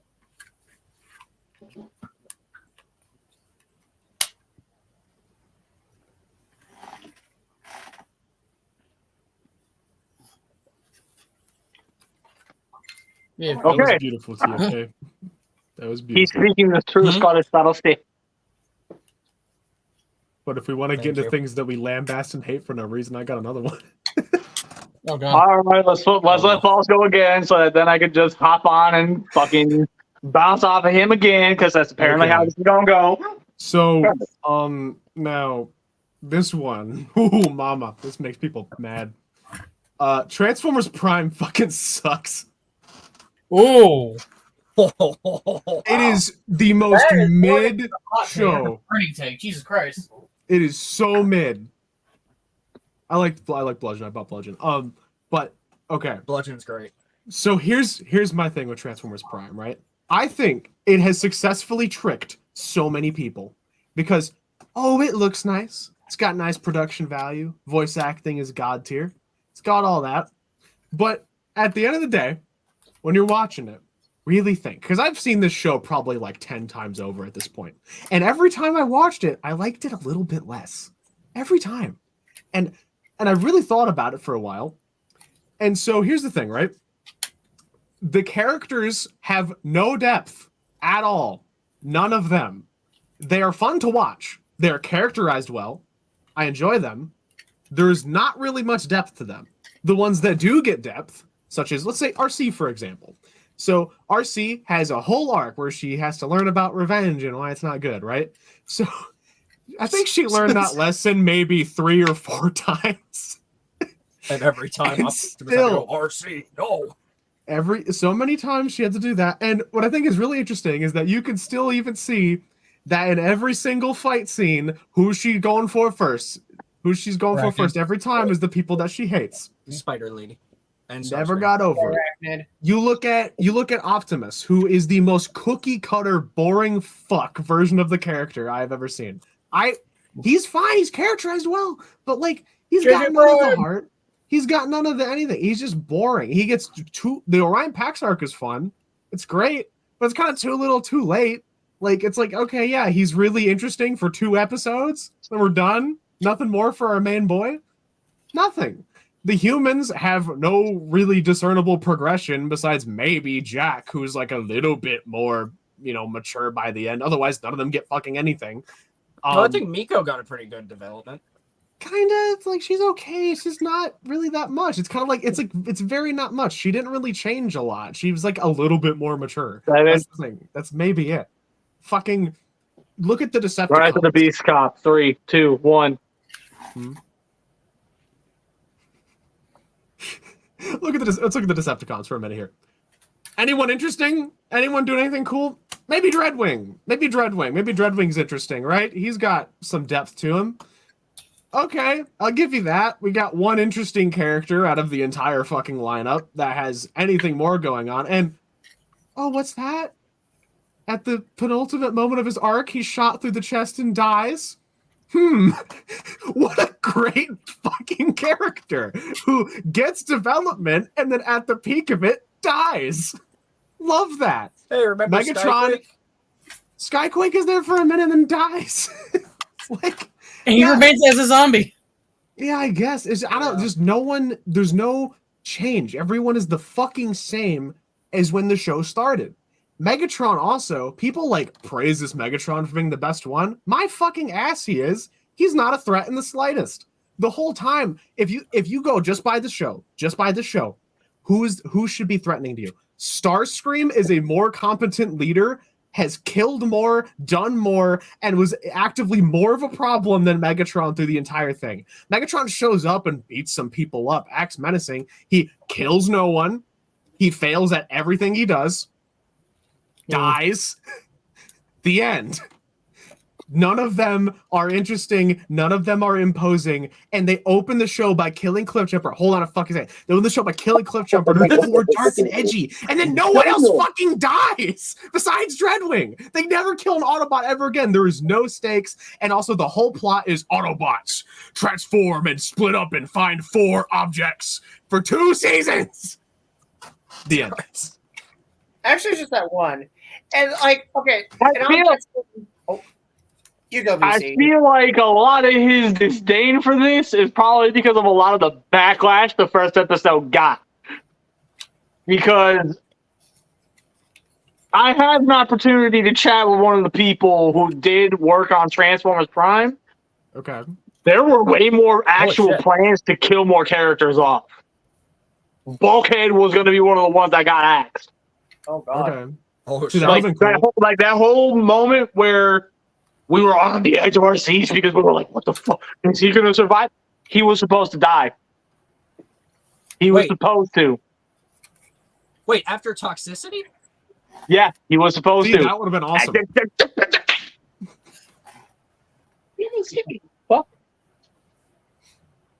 The reason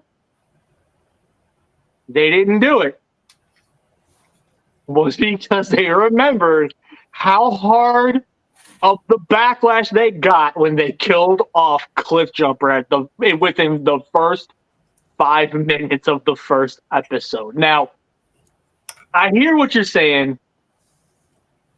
I promise this first half is just a joke, but am I really hearing this from an Energon apologist? Yes, sir. That being You wear it said, like a badge. no, I'll give him that. I will give him that. He's wearing that shit like a badge of honor. I got nothing but respect for that.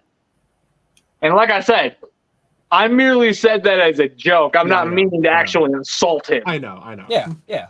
But I still stand by That being said, Bulkhead was supposed to die and then get replaced by Ironhide. Like, that was going to be Ironhide's introduction into the show. And then, obviously, all of the cancel plans with the Star Seekers. Yeah. Because one of the major plans with the Star Seekers was that Sea Spray was going to be one of them. Wait. Where apparently he survived the whole thing with whatever the fuck Dreadwing. happened with Dreadwing. Like, apparently he survived. One of the Star Seekers picked him up and effectively brainwashed him into believing the Autobots completely just abandoned him. That his wrecker crew just left him to die. So therefore, he was going to start wearing the fucking Star Seeker badge. There are so many things Prime was supposed to do, but due to backlash, much like what he's been saying, we were robbed of. That is a damn shame because that sounds really cool. But it didn't happen, really so Prime sucks. And the Star Prime does not suck. It does not. It's mid. Yes, bees. The Star Seekers. Who were they again? Thundertron. They're Oh, So okay. basically, Okay, brief lore on Pirate the Star Kitty. Seekers. Brief lore on the Star Seekers. They're a group of renegade Cybertronians. They're pirates. They hate the Autobots and Decepticons, and they just want to kill them all. They even want to destroy Cybertron. Jesus. So I guess Yeah. here's a question, BC, to pose at you. If Prime is good, why?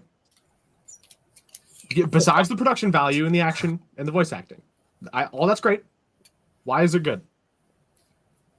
Well, for one, it's good because it actually challenges you to look at Transformers as a whole from a completely different perspective. It does exactly what animated did. How so? Well, for one, they fucking had the balls to kill off not just an Autobot within the first 5 minutes of the first episode. Hi, Ma. But they also had the fucking audacity to do that when they paid out the ass to get Dwayne "The Rock" Johnson to step in and be Cliffjumper. Can you smell what the Rock is cooking? Oh yeah.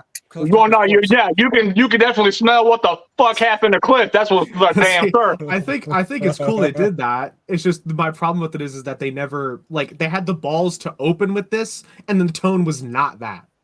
Like, yeah, you can have the balls to open, but Hold the fuck up. At this point, I think you're just glossing over the fact that this is something that was held over the characters' heads throughout the entirety of the show. Because the whole thing with RC's revenge arc, she wouldn't have that shit if Cliffjumper and Tailgate weren't taken from her by force. If she did not have that whole revenge thing, what good does RC serve at that point? well, I mean, yeah, she has an arc, but Optimus Prime. Let's be real, he is an effective leader. Because do you notice how next to no one, other than Wheeljack, notice how not a single one of them is ever daring enough to really step up to him. He commands respect. He's been through it, and by hearing the way the character talks, you can tell he demands respect. well, see, that's what I said though, right? I said they have good characterization. Like, the characterization is phenomenal. Like, everyone is all the characters are very fun to watch. It's kind of like G1.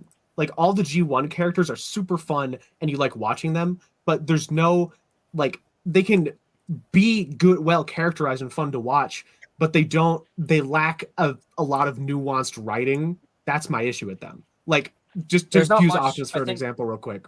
Sorry. Like, one sec. So let's take Armada and let's take Prime, right?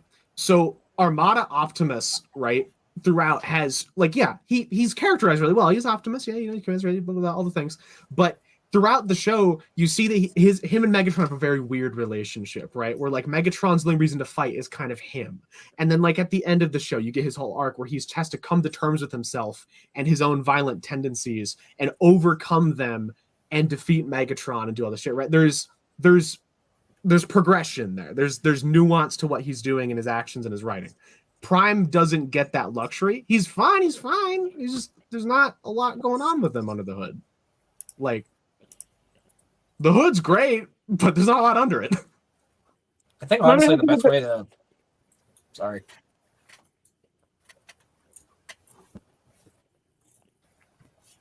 Let me hit you with this then. Looking at it from an actual tactical mind perspective, because that's one thing we got to bear in mind. Yeah, these are giant robots. This is totally a kid's concept. We get it. These are still characters that are on screen performing military level action. One of the things you got to be able to do while you are in the military, especially if you're a commanding officer of any type, you got to be able to keep yourself in check. Therefore, while I do see what you're saying, how it can make Optimus look extremely bland, if you look at it from the standpoint of what position he holds, it kind of starts to make more sense as to why the fuck he seems so bland. He has no choice but to be that. He's the leader. He can't afford to have emotional outbursts. He can't afford to be the one that is currently going off the fucking rails. He has to be the rock for everyone. It's like me with these guys. There are plenty of moments where I have my fucking moments. But at the end of the day, Bees himself said it perfectly. I'm everything they need me to be, not what they want me to be. In Prime's case, it's exactly the same. Yes, Bees, what did you want to say? When you're talking about how Prime is like kind of blah or whatever, that got me thinking of when like in the season 1 finale 3-parter where like what was Raph? Yeah, Raph like replaced a photo of Bumblebee like on some conspiracy the website and replaced it with like I think it was like a cat gif or something. Ratchet actually laughed at it. To your feeder. Yes, exactly. Ratchet laughed at it. Then Jack says, "Hey, Prime, want to see something funny?" And the way and Prime responds, "No." Is that what you were talking about? What you were referring to? Like, I mean, just that's like, a fun. I like that interaction. Like, that's a funny interaction. But yeah, like Ratchet laughed at it. Then he was like, because he actually laughed at something from the humans. well, see, that's kind of I mean though. Like, see, the characterization of Prime is S tier. Like that. Like I love those character interactions. There's a lot of fun to be had with them. But Yeah. BC, my main thing with the thing is like everything you said about Prime Optimus like that. Like you say that in a way where like I couldn't just drag and drop everything you said right onto Armada Optimus, and that would be completely true for him too, while he still has the depth. Because I don't think that it's an excuse for a lack of depth. Yes, his characterization like that makes sense, and throughout most of Armada, he has this exact same thing. He is like that. He holds himself together. He keeps his head cool. Blah blah blah blah.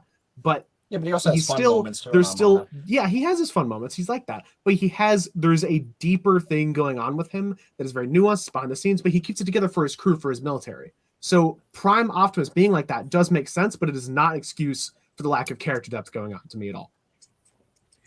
And I I'd think like I can to see add, where you're coming from in terms of like, yeah, I'd like to add, like, in that scene I was talking about, when Jack asks Optimus if he wants to see something funny, and he responds no. Let's take a moment to appreciate how Optimus, or how Peter Cullen portrayed Optimus saying no in a way that was not rude or like he's a complete stick in the mud, but like just I don't know how else to explain it, but it's the way he said it. Yeah, voice acting phenomenal voice acting. It wasn't like, he didn't say like no, or yeah, he's just like, nope, I'm not really interested. Like, fuck no, just like nope. Like, I don't know how to explain it. I'm sure I you get guys know what I'm talking I get about. what you mean. It's just like he's not annoyed or anything. He just isn't interested. He's no thanks. All right. I feel like But at the same time, it didn't come across as like mean. Yeah. All right. Well, as much as I would love to continue to do this back and forth, I do feel like it's time for somebody else to chime in and give a hot take, because like believe me, False, I would love to continue to have this discussion. I'm not gonna say the debate. I would like to continue to have this discussion because, let's face it, you and I were story writers. We view things from very different perspectives. This is very interesting to me, and I would love to keep doing it. Okay. Just not here. Okay. So with that being stated, if anybody else has a hot take, feel free to step up and say your piece. I'll even give you the floor if you want it. I do. I have another one. Do you want the floor? Yes, please. All right, mute up. All right, so my other hot take is, why the fuck did people hate the 2017 Power Rangers movie? Like, why did everybody hate it? I just do not understand the hate behind it. Like, Were people expecting it to be exactly what were they expecting? A recreation of 1995, the movie that came out then? I mean, what they were going for was something dark, gritty, yet more realistic. And I feel like they did that. And granted, it wasn't until the climax of the film when they finally morph successfully. But you get character development in the meantime. They're like, most of them were like complete strangers to each other. They like, at most they were acquaintances, but when they reluctantly became a team, when they're training together, they started becoming closer to each other, started like learning more about each other, opening up to each other. I mean, like, one thing I'll always love as someone who's on the autism spectrum is Billy, the Blue Ranger, being on the spectrum. I fucking love that. This ain't even a hot take, y'all. He's speaking straight facts. So you get him,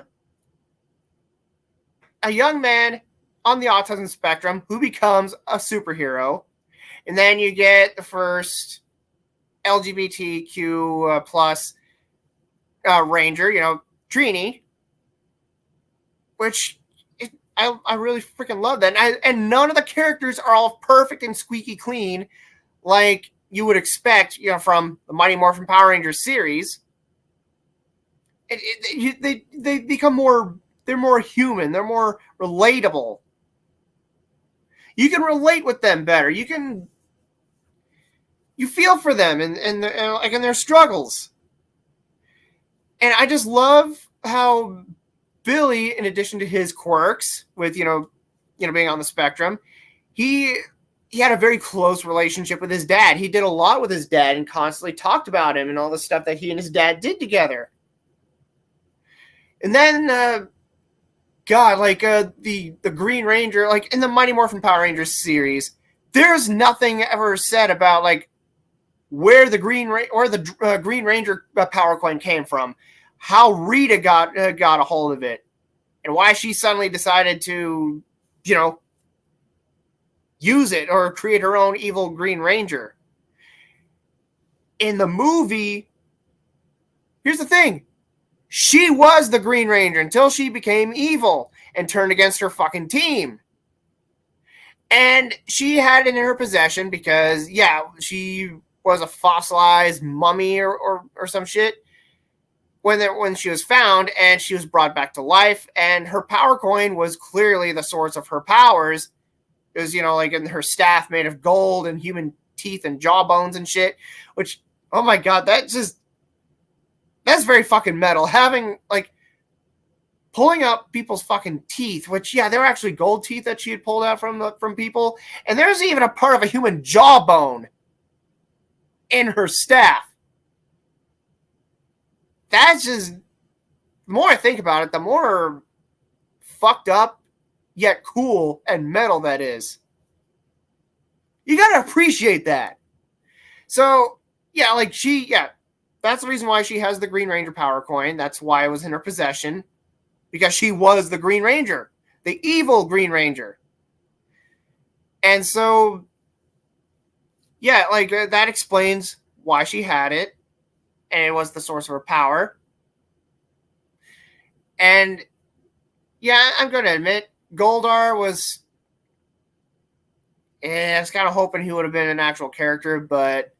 he was just a giant monster made of metallic Velveeta cheese. No, he's supposed to be gold, molten gold or whatever, but I can't help but think of the toy. I really wish I bought the fucking toy, like the giant toy that I think was probably in scale with that. But yes, I do own the transformable, combinable, whatever movie Megazord. I like it. I fucking like it. I mean, I'm kind of about the the movie character model design, whatever. It's not the greatest, but it's not the worst. But that I kind of like me a blocky looking Megazord. But that aside, but But anyway, yeah. The only reason, the only way the Rangers could morph and become actual official Power Rangers was if they were a team, an actual team. They would have each other's backs. They would give their life for one another. They would do anything for each other. And while they were getting close to each other, what really got them to officially become a true team and like be close to each other was Billy's death and subsequent resurrection, because I guess they have to have a Jesus reference in there for some reason. But yeah, Zordon wasn't perfect. He was the original, well, the previous Red Ranger, and Alpha 5 basically Jor-L'd him into the ship's mainframe or whatever, so he was a giant face on a wall. So like Zordon was originally just wanting to use the team so they could, the moment they became an official close team, they'll open the morphin grid and he would be able to access it and resurrect himself. But he was touched by the team that, like, the right then and there they were gonna fight Rita and save their planet, all like because just in Billy's memory, and like just so like instead of like being selfish and doing what he originally planned to do, he used the morphin grid to resurrect Billy. And then they officially morph after that, and I feel like that was important. Like I feel like that makes sense because like it fuck, hang on, I'm trying to remember what the fuck I was about to say. I feel like if they were to have been Rangers, like maybe like at the soonest, maybe at the latest, the middle of the movie, then how would they have been able to? What would they be able to do to like make the story or the movie itself just be interesting?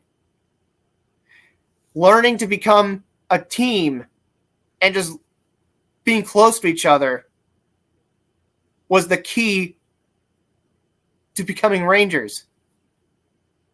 You got to have each other's backs. You got to be there for one another. Like, put your life on the line for your team.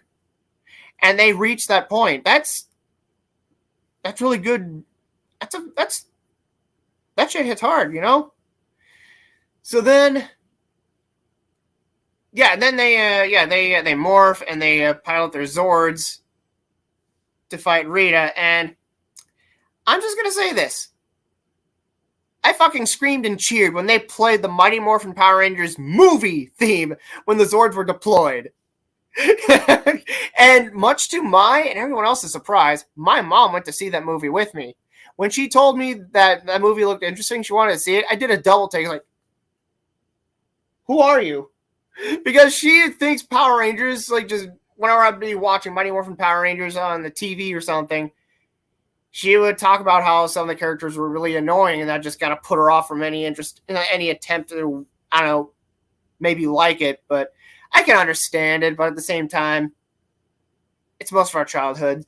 But the fact that she was interested in watching a Power Rangers movie just had me like, the fuck did you say?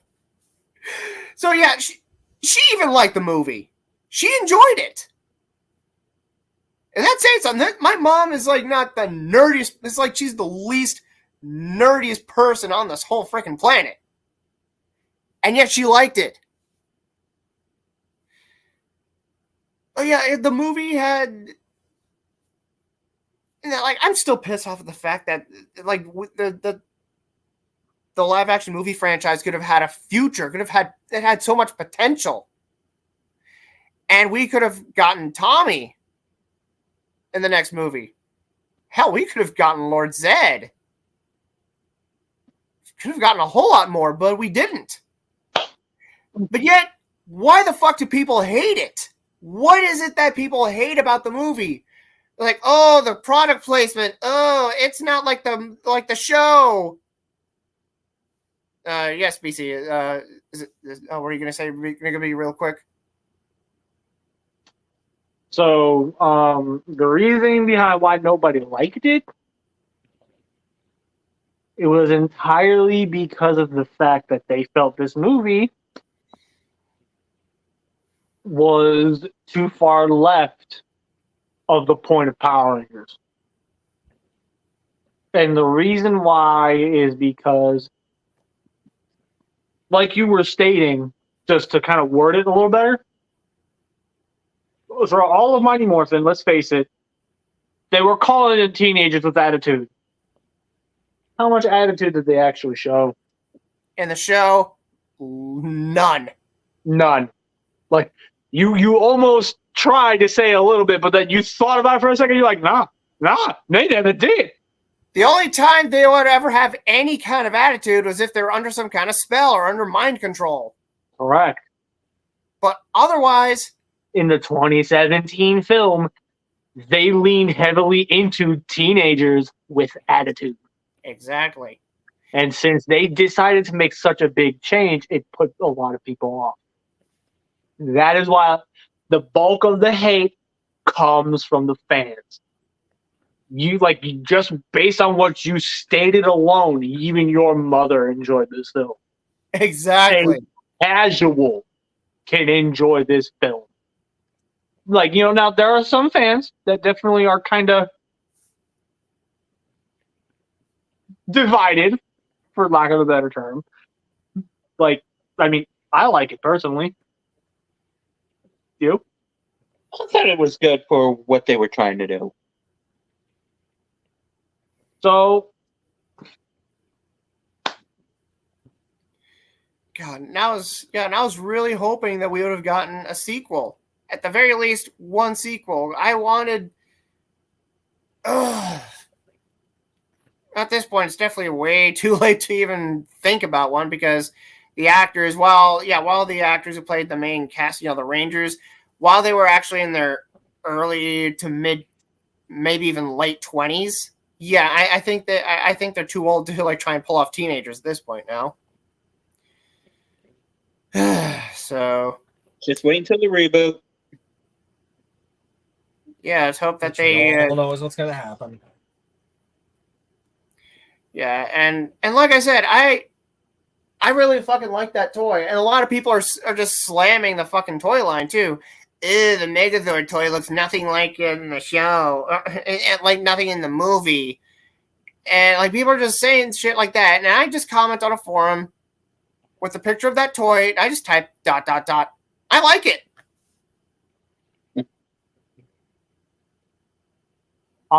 So close this out so that we can have someone else talk. Okay, yeah. I love the passion. Do not get me wrong, but unfortunately, we gotta let other people talk. But yeah, basically, it's the people who hated it because they couldn't accept change or the actual focus on, or them actually being teenagers with attitudes. Because of them that we just couldn't fucking get a sequel. And I'm still gonna be mad about that. My corpse will be in my fucking grave and still be mad about it. In fact, you might listen closely and hear me grumbling about it from underground. The question is, will you be holding your Earthrise Scorponok or not? Yes, I would be. You motherfucker! You knew it was coming. No. See, while he's laying in that fucking grave with his clutches on it, he's gonna be like that. He's gonna be like fucking Smitty, what's your name, Jakey, whatever the fuck he was. Smitty Warber Jaegerman. Come on, give it back. Smitty Warber Jaegerman. It was his hat, Mr. Krabs. He was number one. Am I a pretty girl? Oh, I'd be- beautiful. I'd be like, hey man, that's my Scorponok. Give it back. Yeah, but on my crabs, I would go. Hey, dude, I just want my Scorponok back. Night, Ma. Hi. Hello. Me. Fucking me. Anyway, Alright. I might have another hot take, maybe. If you're Not gonna willing to top my wait, first one. he's got one. It's Oh, not yeah. really a major hot take. It's more of a Do you need My- the floor? yeah. This is going to be brief. This is more of a nitpick because this kind of bothers me with some figures, but it doesn't with others. I just picked up recently the repo labels for Studio Series Cheetor and Gamer Edition Barricade. Here's Cheetor in the Cheetah mode. They didn't add any labels to the Cheetah head whatsoever. Oh god, that bothers me. yeah, But the robot mode head got Oh labels god, that bothers and new eyes. you gotta be me. shitting Oh me, my dude. god, that bothers my OCD. No joke. So you spotted that? Here, I'll even pop the robot mode head out for you guys. For those who hate it when you don't fully transform figures, suffer.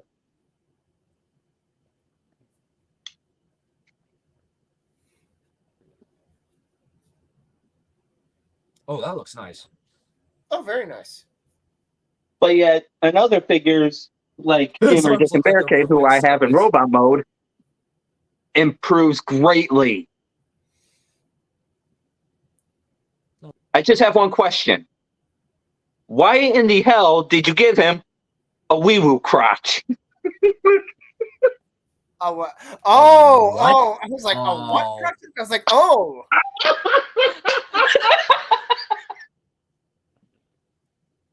I guess you could say Rob spotted that.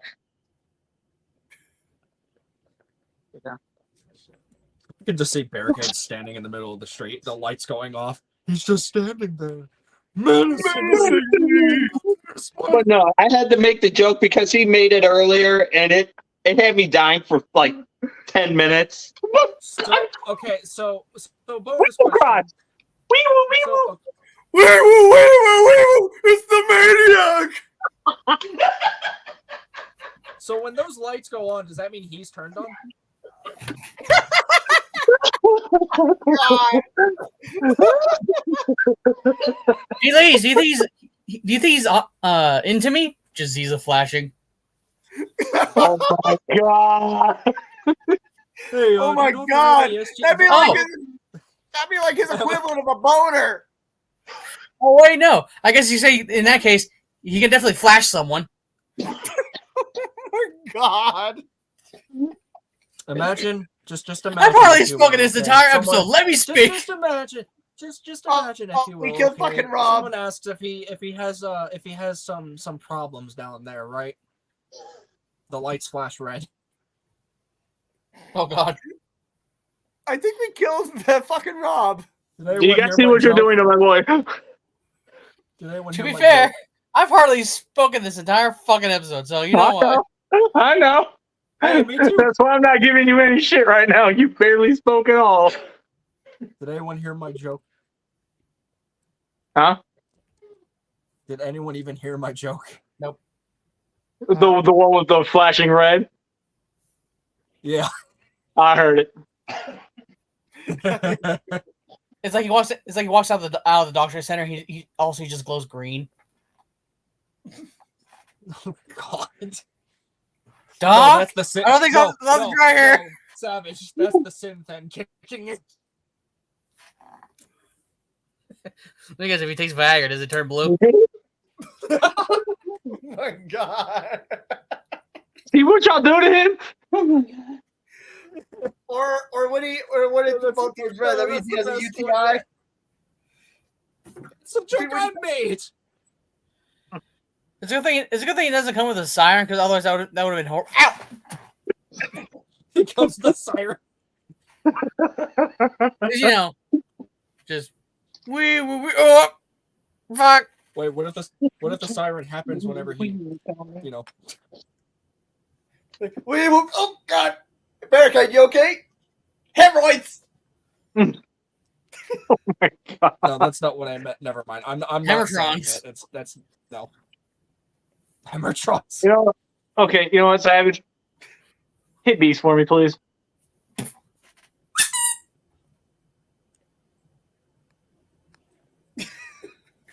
Failure. I got another, probably another hot take. I don't know how many of you will probably catch on or have watched many of the shows I'll mention. So I may be speaking biased because it was my very first, but I think I personally think Spider-Man the Animated Series.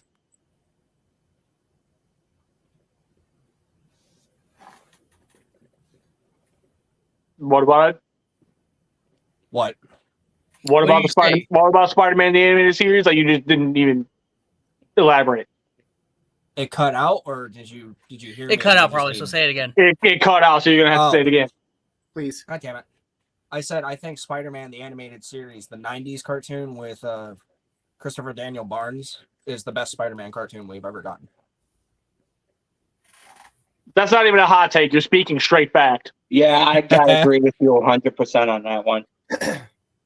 Like, I mean, you know, everyone praises Spectacular Spider-Man, and I don't know. I mean, I know there's a fan base out there for people who like Disney XD's Ultimate Spider-Man, but Nah, son.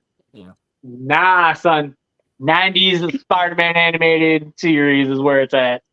I'm sorry. With how much Bees over here was talking shit about X-Men 97 or the 90s X-Men series, I dare him to talk shit about that Spider-Man cartoon. I dare you. I got nothing. Give him a year. He'll figure it. He'll get to it. I got I'm nothing. gonna be really disappointed when Spider-Man 2 comes out and we don't get a Shocker reference.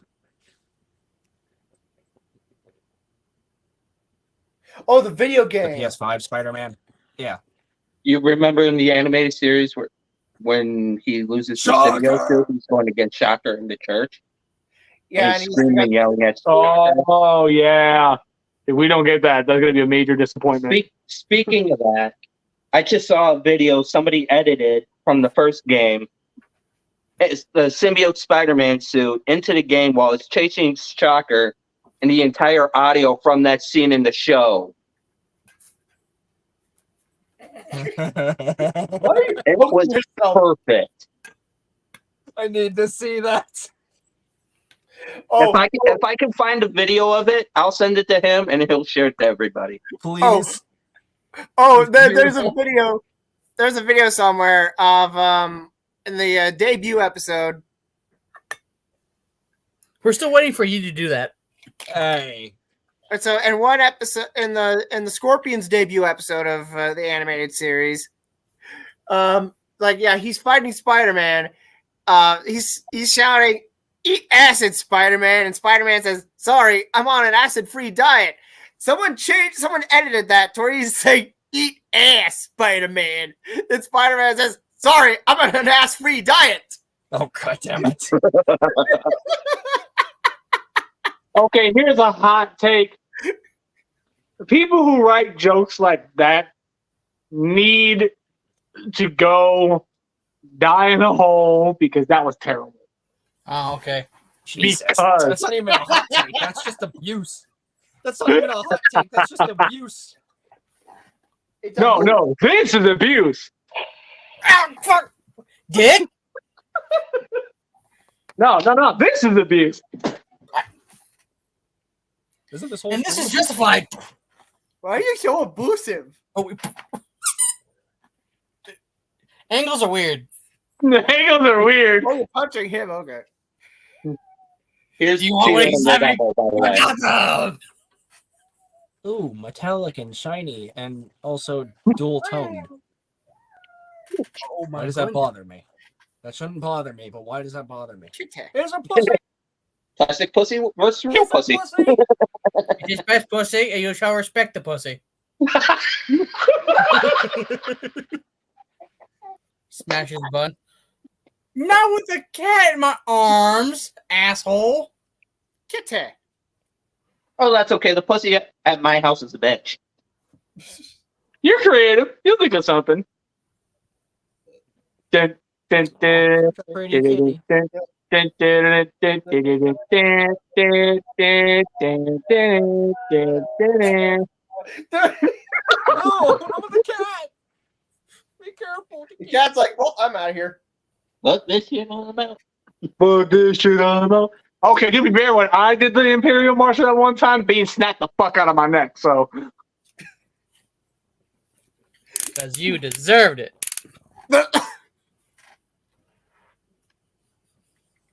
Maximum blast. What?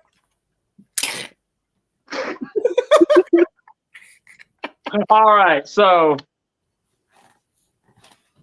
All right, you know what? Since he brought it up, I'm just going to go ahead and do this hot take. Because this feels wrong for me not to do. What? So.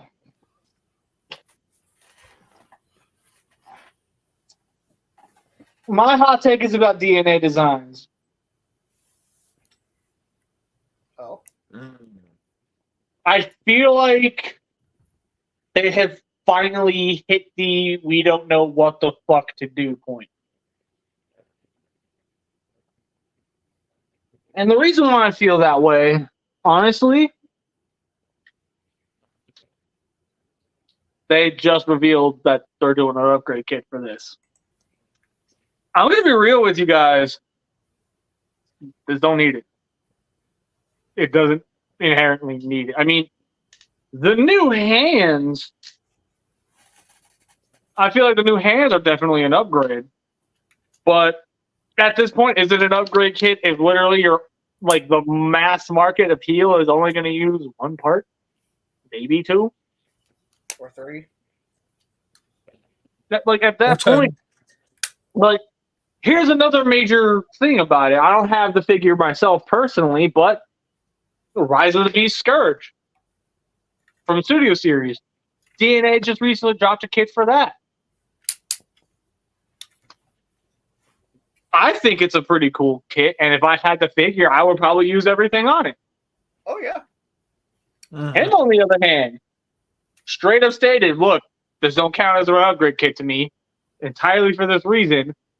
And I'm like, okay, well, what's your reasoning? Why would I buy an upgrade kit if the only thing from it I'm going to use is the new head? Yeah. At this point, I really think DNA is starting to hit that point where no one's using the full kit anymore. Like, obviously, there's going to be major exceptions, mainly talking about you, TFA. Wait, what did I do? No, you didn't do anything. I'm just making a point. Oh. But they're starting to reach that point where they're not being creative with the kits anymore. They're literally just doing everything they can to just put a kit out, even if the figure genuinely does not need it. Armada Prime genuinely does not need that kit. Rise of the Beast Scourge, according to him, doesn't even need it. And like there are plenty of other cases where when they made the kit, the figure didn't fucking need it. For instance, the one kit with where it had stuff for Scorponok, Dinobot, I think Black Arachnia, and maybe Rat Trap. I don't know. I don't remember fully, to be honest. But There were 2 Beast Wars kits. There was Primal, Megatron, and Cheetor, and then there was a second Gearmaster kit with Dinobot, Black Arachnia, and Scorponok. because it was 3 characters per kit. okay, so even then, that kind of proves my point. They were just gear kits. Mhm. It didn't serve to improve the toys in any way, shape, or form. It was just, okay, here's a bunch of extra shit that you can have, $50. I was like, no, that's not worth the price. And I still think it's a fucking crime that they never decided to take all of Megatron's parts and completely repaint them so that T-Rex could use them. Yeah, I'm bitter as fuck about that. Which also, yes, on that note, yeah, like I want a proper head sculpt for him, one that doesn't have fucking white lipstick on the lips to give him a little grimace snarl face or whatever that the Kingdom figure or the original toy had. Which I'm just like, what the fuck, DNA Design? And they could have given him there's some things that were like more Megatron centric, like that rifle from that one episode of the Beast The one Wars that looks series. like Megatron's G1 gun. Yes. Yeah. Yeah. You could have. They could have given us, I don't know, a kit with hell. The kit could have included stuff for T-Rex and Nemesis Primal. Basically, make it kind of like a slight variation of the DNA Design kit for Kingdom, Cheetor, and Megatron. Just like stuff for Nemesis Primal and for T-Rex. Yeah, see, here's the thing. Nemesis Primal, I have an entirely separate issue with. But I'm not talking about that. I'm talking about upgrade kits. See, here's the thing. DNA, like I said, DNA Designs has finally reached that point in their career where they genuinely just don't know what the fuck to do anymore. And this is just how I feel. I genuinely feel like DNA is starting to finally run out of ideas. It's not even the fact that they're running out of ideas. It's the fact that they're finally starting to lose steam. They're not hitting that fucking note as hard as they used to. Yeah, when they used to. For those Sorry. who are daring enough to try and argue that one with me, I have one figure in question that fucking put them on the map. MPM Ironhide. Those loose, flippity, floppity fucking shoulders. Those ass connections for his cannons. Like, all of the issues that figure had, they fixed. Oh, yes. That was a true upgrade kit. And almost everything that came out after that, they were doing the exact same thing. They were literally fixing the toys.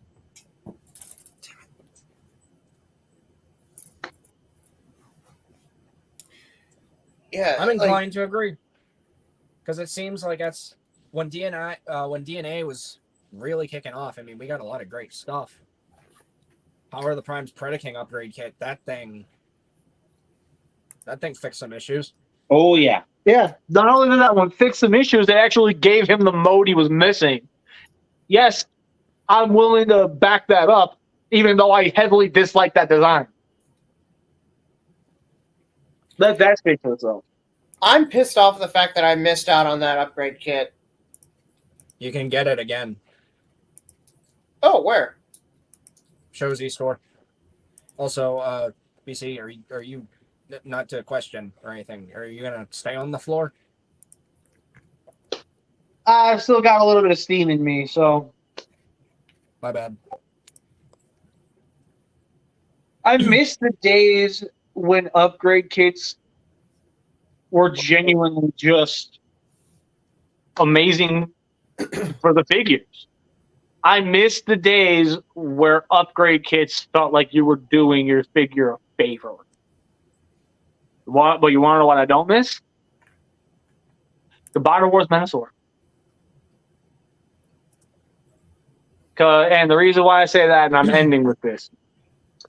Why the fuck did I have to spend almost $200+ just to make that combined form decent? As a Stunnicon fan, this is a fucking crime. I agree. And now you see why I'm trying to sell this thing off. I think you just did us all a favor. He's dead. I still like that figure. I mean, I The only think reason I like it figure- though is I think that mold works better for Optimus Prime, but You too. You too. Hit him. what? Bonk.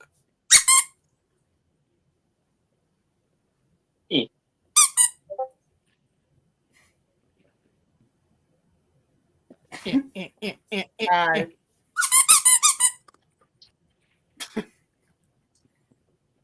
What do they hit like?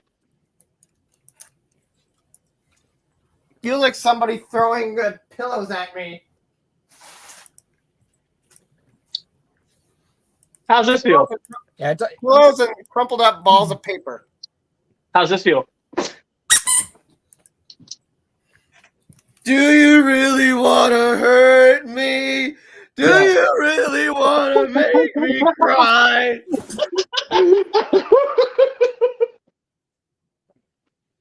I feel like if those are shorter, it'd be a lot funnier. But that's just me. I do agree with you about DNA though, BC, because it does feel like it's more so being like a fan service kit than the figure, aside from like gap fillers or something.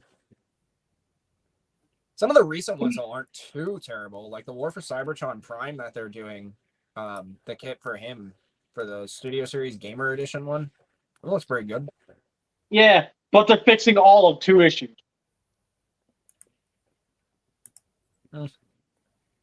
Samurai Prowl? You don't I even guess that want answers to my know how question. the fuck I feel about that. You don't know. You brought it up. I'm fucking saying it. Oh, DNA, we need to talk. Why the fuck? You clearly see that that's not supposed to be word for word the animated design, right? Right. So explain to me why the fuck your kit literally looks like you just copied Hasbro's original design. Tell me why. Ain't nothing but a heartache. Tell me why. Ain't nothing but a mistake. Oh wait, I'm He's dead. singing from beyond the grave. I never wanna hear you say. I want it that way. You're dead! Oh yeah, that's right. Shut up. I like how. Oh, hey, there's my Scorponok. No. You shall not pass. Oh.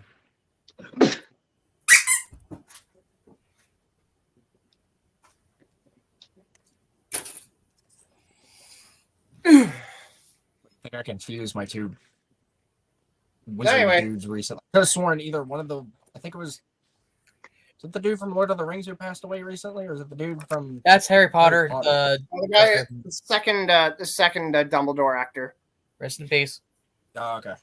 Yeah, I can. Anyway, yeah. What I think they should have done for Armada Optimus Prime was, I think what they should do, what they should have done was make it like kind of like what they did with the Kingdom Beast Wars figures. Basically, make an upgrade kit for that gives something for a little bit of something for everybody. Like say, a better way for Hotshot to hold his engine block blaster thing. Like he's got 2 pegs, so like it's weird. Oh my god! Yeah, like something that could like Sorry. you could peg onto the bottom. Sorry. Yeah, something you could peg onto the bottom so that like there's a peg right in the middle, so you could hold it like this. And I don't know what the fuck to hold to use to hold it for reference. I'm sure you guys know what I mean. I hate that you say that because I've been legit thinking about that lately. I hate how he has his gun held off kilter. Oh, that bugs the shit out of me. And they also could have included a Star Saber, one that would work for everybody. One that Megatron could hold, Prime could hold, Hotshot, Starscream. Yeah, Starscream could get some new wings, like ones that are a bit longer, better looking. The one on the left side, sword could fold out to be a sword. They could also include their Minicon partners. Megatron could get like some better little horns. He could have a little tank turret cannon, like being made of like a more sturdy plastic or material. Some gap fillers for everybody. God, and yeah, like there's some upgrade kits that you can find on eBay that like I'm like, that's fucking genius. Why hasn't DNA Design ever thought about that? Like something you can do to re-engineer Megatron's shoulders, so that way he can actually have a proper shoulder rotation. And Prime, really, I think the only thing he needs, aside from his needing his Minicon leader, Sparkplug. I was like, well, no wait, leader 1 is Megatron's. There you go. Hands. He needs new hands. I just don't like the peg holes that are just like, molded into the hands. It just looks weird. Like that's really. I'm not bothered by it. I mean, I can live with it, but at the same time, I prefer that they don't have the peg holes in it. There's so much that DNA Design could do to make some of these figures better. I mean, if it's just simply some gap fillers and some new weapons or something, I don't know. I would also like some things to be re-engineered, like, like I said, Armada Megatron's shoulders. I'd rather they be re-engineered or something. Okay, so I feel like. Go ahead. So let's get off of the upgrade kits for a couple minutes Okay. because I'm on a roll because I got another one. Oh no. Hey Hasbro, why do we only have one good toy in this fucking line? This is literally dog shit. This is literal dog shit. He likes it. More power to him. But to me, this literally feels like I shit in my hands. I held it in my hand. I shaped it. And then I spray painted it red. Okay, I was going to say, if it came out red, you need to see a doctor. Where do the wheels come from? Point is, this figure is just... This feels like a slap in the face to the people who are fans of the video games. No, this is a slap in the face. PC abuse on a scrapyard? Holy shit. Oh, they're going to throw hands! Ding, ding, ding, ding! I hear no bell! I hear no bell!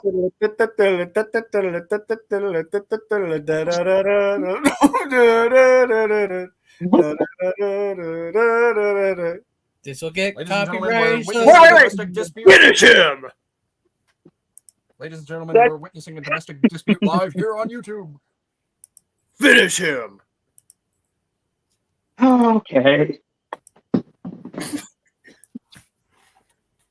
Pull him down, big boy. Oh my god! Fatality! Round 2. Fight!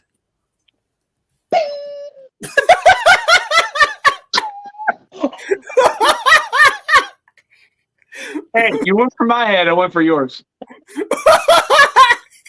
Round 1, Thanos. Finish him! Where not that? Also, I agree. Not my I figure! don't like that new Bumblebee mold. I paid 100 for that! I really don't like that new Bumblebee mold for Studio Series Gamer Edition. I think that thing's just... Man, the Generations version did it better. Generations version of what? The War for Gamer Series. Cybertron, Fall of Cybertron being... Oh, yeah, no, I agree with you. I 100% agree with you. Fuck that. Fuck this fucking Gamer Edition bullshit. Barricade wasn't even all that good. Like, literally the only good figure was Prime. Like, that thing is god tier. Hopefully Starscream will be better. Hopefully. I have zero faith in this line. Like, I'm not even bullshitting you. Can we help you? Yeah. Hey, we're making Thanos jokes. Okay, yeah, I'm putting my life on the line for this. So Wait, you have a life? Kill! He found it! Free Scorponok! Ooh. That was whatever was left of his soul. This just in, we just got canceled. For what? Oh, what? Breathing? So you just stole my soul? Oh my god, BC's a ginger! That explains everything.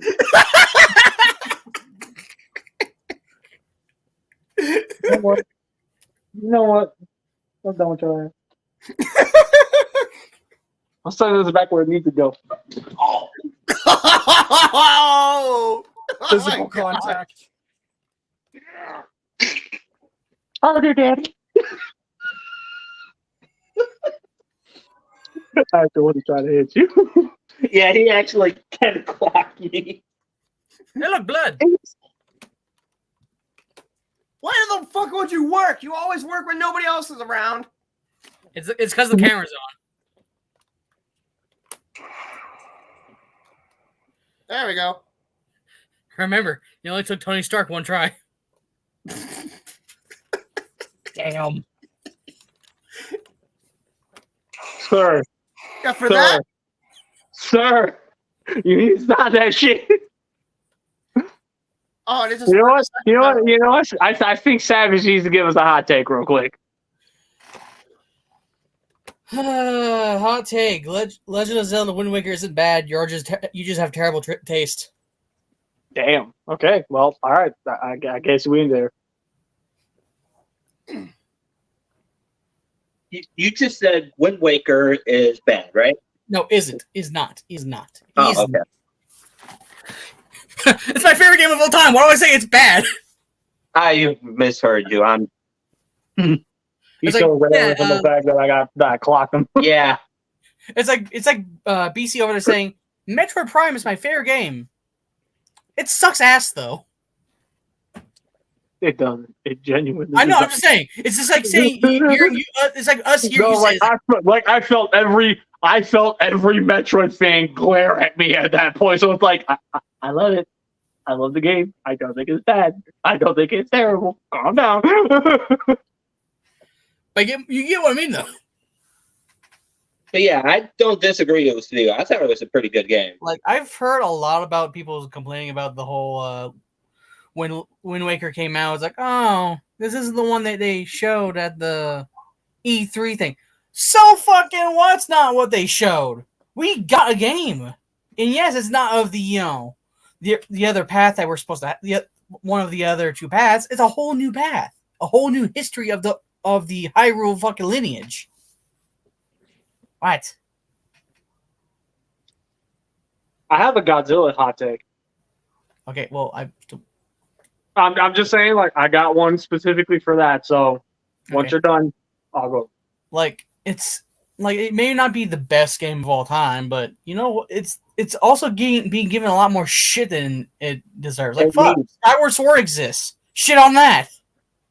Which one? Skyward Sword. I hear that's pretty bad. Like out of all the Legends of Zelda, you're gonna shit on Wind Waker, but you're gonna feign ignorance towards fucking Skyward Sword. Nah, motherfucker. You are not about to fucking talk on Ocarina of Time like that. You ain't that. You are not about to talk on Ocarina like that, motherfucker. You leave Ocarina. I may not alone. care much about Legend of Zelda, but even I love Ocarina of Time. You better keep that shit out your motherfucking mouth. Disrespecting that shit. Like, yeah, people are like, oh no, it's so toony. It looks so not like Link at all. It's not supposed to be. I It's a got whole one new- that's worse than Skyward Sword. I forget what its name is, but it's one where you pretty much dress up like different fucking outfits. I forget what it's called. It's on the 3DS. Say yes to the dress. It honestly should have been called that. on the It's a 3DS. Zelda game? I want to say it was Oh. called Triforce Heroes. Yeah. Is it like a 3-player one? A what? Was it like a 3-player one? Because that's what the main Yeah. base is. Yeah. Triforce Heroes, because it's kind of actually in the name if you think about it. Try for 3 anyway. I was thinking Majora's Mask, but I think Majora's Mask is a good one. No, that's also just a remake. So I don't think that's the one he's talking about. I just did bitch ass.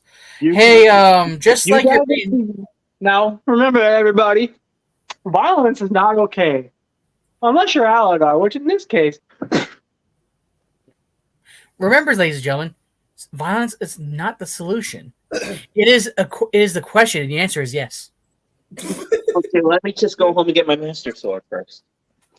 what the Which fuck are you one? using The one Master from- Sword for, bitch? We got a Saba. Okay, dude, you just punched Which- out. which- That means we should hear a big fart shockwave pretty soon. Nah, just give it a second. If anything, if there was one, I'm pretty sure BC would be the first one to hear it. Yes. Hold on, which Master Sword? Oh, there he goes. Master Sword, Walker the one dead. from Zelda. Oh. What was that? Which Okay. Zelda or the one from Fortress Maximus? Legend of Zelda. Trying to make a stupid joke. Fortress Map. Hold Turns on. into dust in the wind. Got him. What? Twilight Princess? I don't. What? The Dustin Aladar's wind. That's what we are. Oh, I'm asking. Oh hell no.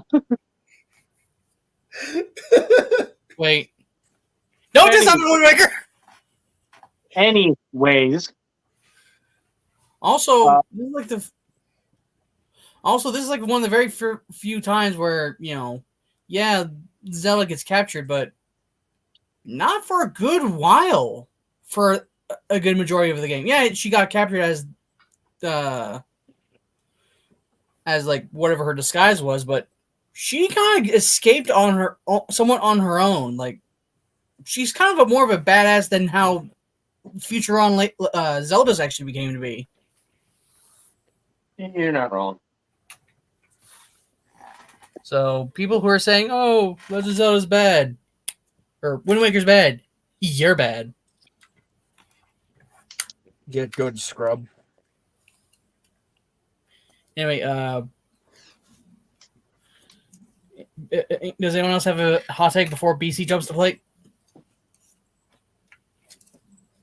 Yeah, Oh yeah, it was about upgrade kit. chicken nuggets suck. Oh shit! Oh, I can hear it. I can hear the angry typing in the comment section below. We're all waiting. We're all seeing it. What did you say? He said chicken Said nuggets chicken are nuggets suck. overrated. Chicken nuggets are overrated. Basically, Oh No, no! he said they chicken suck, nuggets but suck. basically the same thing. And we're You the waiting. angry what nerd. level of wrath did you just unleash upon us all? Something we can easily cork up. You know, I What? kind of got one now that it's food related. And I will Also, stand it's by not this one to chalky my milk; grave. it's chocolate milk. You uneducated fucks.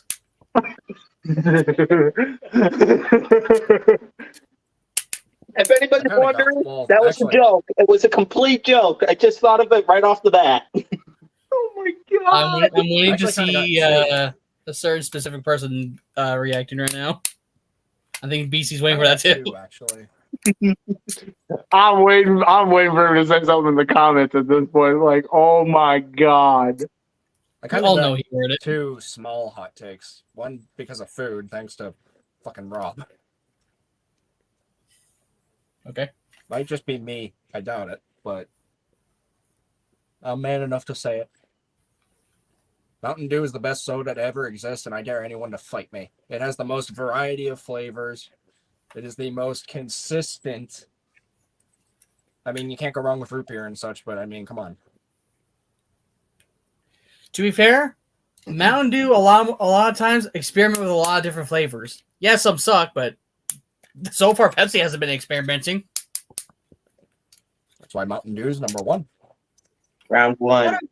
Fight. I'm not a big I'm not a big soda drinker, but I do like me a good Mountain Dew every once in a while. As I'm chugging a 2-liter Dr. Pepper. Dr. Pepper will always be the best fucking soda. Don't you dare disrespect me and my Dr. goddamn Pepper. soda.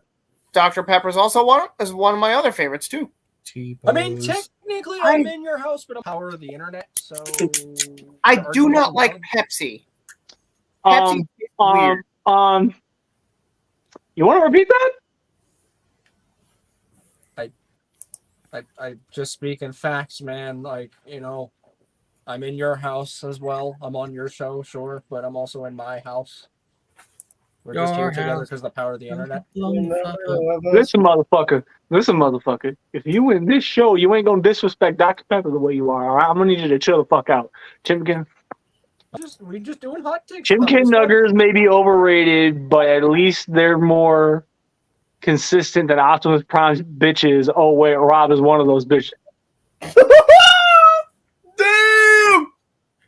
Hold on, before you say anything, Rob. Where was that? Cook your ass. Hold on. No way. BC, you know why I'm saying hold on, no way? That face he made? No. Aldar, you can roast. Where the fuck are you? Look, here's the thing. At least between me and him, at least there's a bitch in my life. Oh! Damn! Never mind. That just got swept underneath his feet. I can write it just in the dab. And he did the dab. Oh my god, that was brutal. That one might have hit a little too close to home. Just like unemployment, he's gonna be paying for that. Playful or not, I honestly don't know if he's gonna be affected a certain way. I'm honestly kind of worried.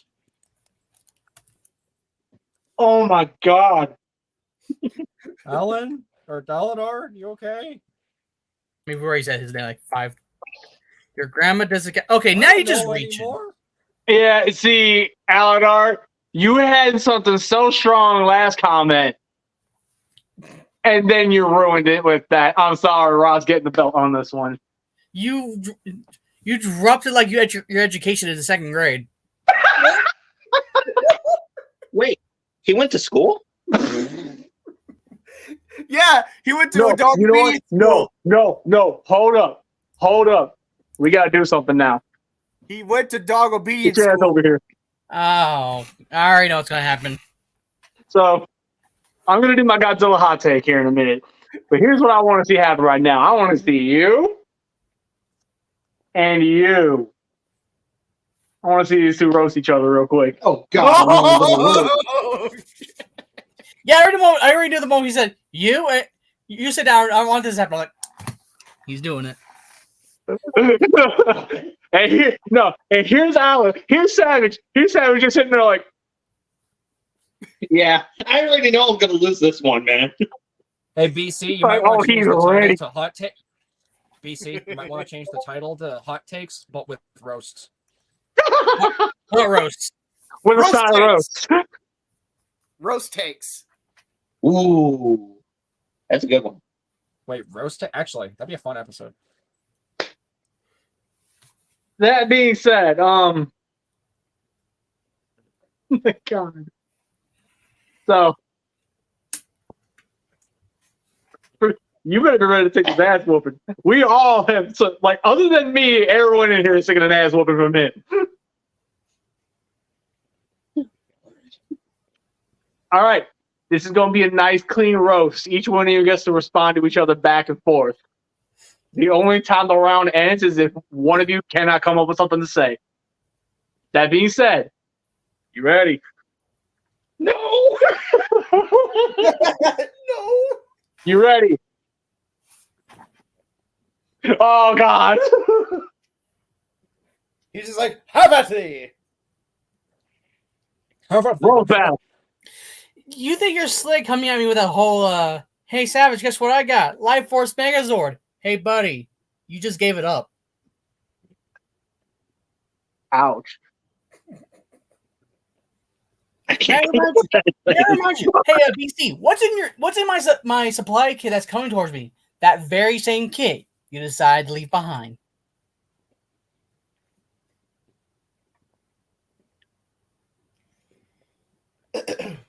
Look, Rob might not have a chance. He can only lead people to the treasure, not himself. Oh, Oh, hell no. that better giving you some fucking motivation at that point. God damn. But here's the thing. I can't roast the savage. He's not the one who said it. Fair. Because unlike Aladar, I can get bitches and get laid. God damn. See, when it's against Savage, he knows he's beat. That's why he's not trying. With Aladar, he knows he can beat him. Probably because he's watching me do it so many fucking times. Oh, how Aladar has tried. Also, to point out the fact, because I know he's running away right now, or to recover from what I just said, not only did you give up on the kid there, Rob, BC took a look at it and went, "Hey, Savage, you want?" Like, he did not give... I don't know how many days it was until BC said, "Hey, you want this?" But it was quicker than a week. I can say that much. What the fuck, dude? Was that a roast towards me or him? It was towards you. I'm just saying, even your friend here was quicker enough to get rid of it.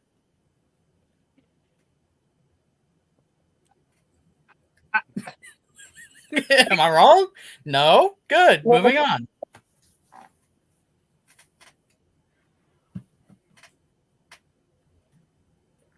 Oh my god.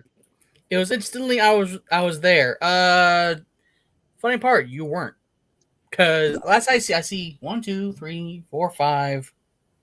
Where the fuck you at?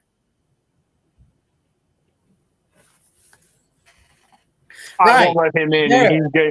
I won't let him in, and he's genuinely getting pissed because he wants to be able to respond in real time. That's why I'm waiting for him to type, because then at least I can call him a bitch again about it. So now this is between Savage and Aladar at this point, or no? Nah. We all It's know just- damn well the moment he tries with Savage, he's gonna get his ass whooped. So far, Let me get the popcorn first. when it comes specifically to Savage, only 3 have been able to actually stand up to him. Who are they? Was one of them Convoy? Yes. Yep. Yes, In yes. fact, of everyone that's actually gone up against him, Boss is the only one so far that actually won a round. Yes. Like, he stomped him. It was You know what? legendary. Not to dig up old shit, but now that I remember, the only other person who also kind of took the heat and ran. Oh. What? He's What? looking at you. Refresh our memory, please. Remember No, when I I'd said, rather. Yeah. Yeah. What did you say? he said he'd rather not. Just go ahead, rip the band-aid off. Oh, he'd rather. Okay. Yeah. Bees wants to know. It's fine. There was a moment where we were going to initiate Addict, but TFS. I wasn't going to be the one to roast him. Comment section here was. And yes, Aladar, you're Wait, being what? referred as comment section. Shut up. Wait, what? Yeah, he was going to let BC was going to let Aladar try to rip into you, and you ran off. Oh, I thought you meant like the whole live chat. Yeah, I remember that now. No, like when you were going to be slightly initiated, you were like, no, can't handle the heat, run away, and completely left the stream. Yeah. That was me respecting my boundaries, because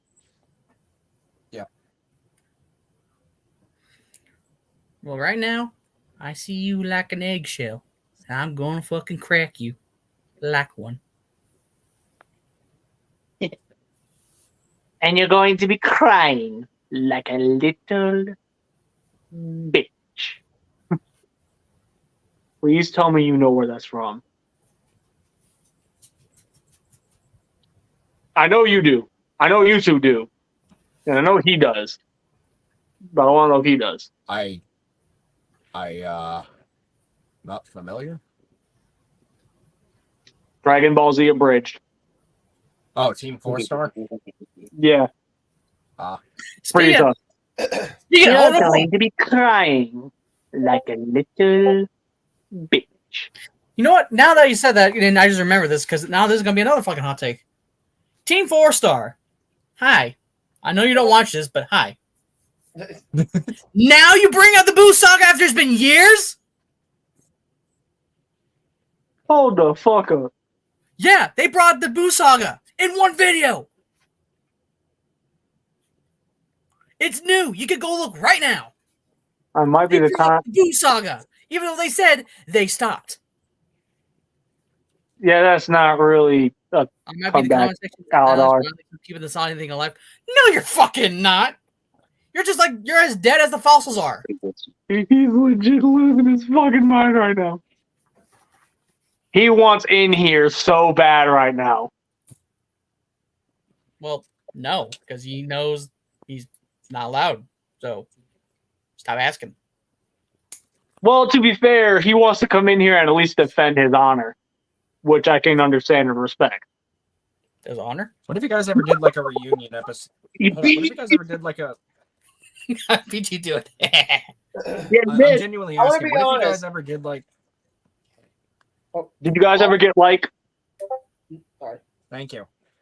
What if you guys ever did like a reunion episode? Would then he be allowed to pop on? Or like an anniversary episode?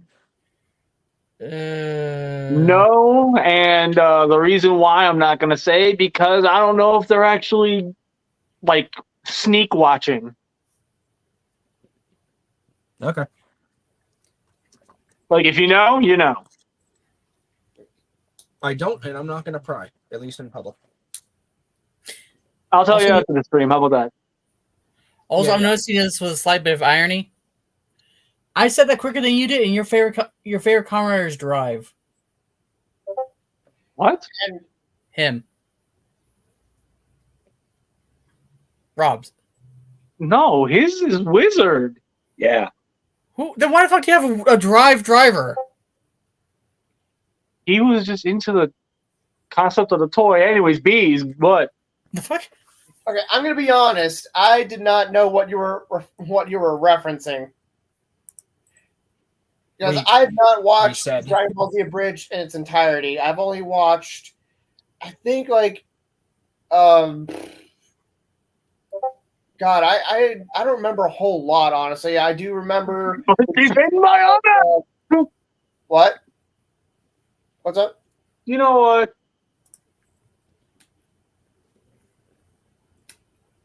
What? I'm slightly tempted to do a commander override. A what? I'm slightly tempted to do a commander override. I'm not sure I understand what that means. I don't He's follow. gonna let him but- in. Okay. Oh. Like, yeah, like I've watched I only remember everything from like Dragon Ball Z Abridged wise, everything from when like after Goku went Super Saiyan 1. And I remember bits and pieces of when Trunks arrived, but it's been a hot minute. Oh, and by the way, for those of you who watch Dragon Ball Z Abridged, I don't mean to advertise, but I have on my YouTube channel a video of Linda Young, the first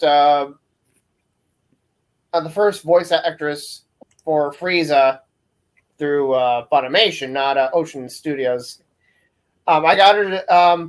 Yeah, she was at my first convention that I attended, and I asked BC what I should get a video of her saying as Frieza from Dragon Ball Z Abridged, and so I ended up with a video of her saying as Frieza. And when you see Vegeta, tell him like a bitch. Like a bitch. And the great story behind that was like, I basically didn't have enough money left for a video, and as I was about to leave the convention because like I only had so much money and I didn't see any reason to like stick around. Someone handed me, some random person gave me a $20 bill so I could afford a video. I'm grateful to that guy.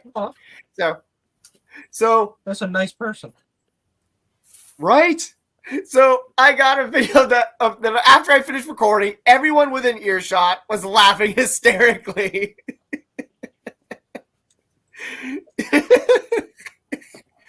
And I met Linda Young again. I met Linda Young again summer of last year. And that time, I was able to afford a bit more.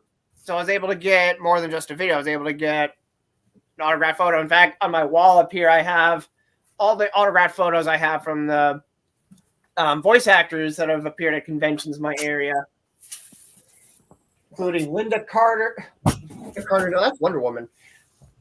My God, I can't brain right now. It's been I've had a really fucked up month. Okay, let's. Carla Perez, Rita Repulsa, Michael McConaughey. Those of you who watch Transformers will know him as Cosmos in Tracks. I'd rather stay in my stunning auto mode. Oh, and a funny story. My stunning auto mode. Like, he was really nice, really friendly. I liked him, and yeah, he told me he was telling me about when he was working on Robots in Disguise 2001. Like, he wrote a few episodes, and he was trying to like emulate G1 a bit more when he wrote some episodes. Wait, what? And, yeah, he liked my. I know my name has probably been like accidentally slipped on here a few times, but just in case nobody remembers. Yeah, I told him my real name. Yeah, I told him my real name, and he's a Balto, right? He's a That's Balto. He's a. Or is that a different doggo? Doggo. Anyway, It's a puppy dog. my name. One thing that pisses me off about my name is nobody can spell or pronounce it. So I was telling him all the different ways people misspelled and pronounced it. The last one being Steve, and when I told him that, he was in the middle of signing a print for me, and he stops and laughs. I'm like, "Don't make me laugh while I'm signing." So anyway, yeah. I remember this story. Yeah, and then I also met Jay Getty, who used the pseudonym Philip Bartlett for Pokemon the first movie as Mewtwo. Hold on. Excuse me, Beast. You see? Hmm? Are we essentially in the after party now? Yeah, basically. Okay. And I met Vic Mignogna, who, among Dragon Ball Z fans, is known as Broly. I know him as Also, the voice of Crow and Ruby. Yep. And I also know him as Matt, aka Yamato from Digimon Private Chat. Okay, I see that. You got nothing towards it? I'm not doing anything. Is it happening? Oh, is it? I don't And know. then Linda Young, like I mentioned, and I met. I'm really. I'm about to love this, so I'm about to regret this. I'm still beating myself up for not getting an autograph photo, an autograph print from her. But the voice actress for Toph Beifong in Avatar: The Last Airbender, as well. What's her name? I know her name. I saw her pop up on my Instagram a couple times. Yeah, and the Kayla- like in the credits for Avatar: The Last Airbender, she went used the name Jessie Flower, but I believe her real name is Michaela Murphy or something like that. Yeah, I did get a few other things. Like and I also met Gray Delisle and Dante Bosco, who are also Avatar: The Last Airbender voice cast members. And Michaela Jill Murphy is Toph's VA. yes. Oh, and on her Instagram, there's a video of me and my brother cosplaying as Spider-Man. And like we're both pointing at each other. Yeah, you shared this before. I remember that actually. I saw that on her. Oh my profile. gosh. Also, Yeah. Dante Bosco and Gray Delisle are so nice. I met, Oh, I they met are. Dante at I met Dante at Bot, or not, this doesn't really exist that much anymore. All right, everybody. Get ready to fight. Round one. Fight. Character select. Hello! Oh god.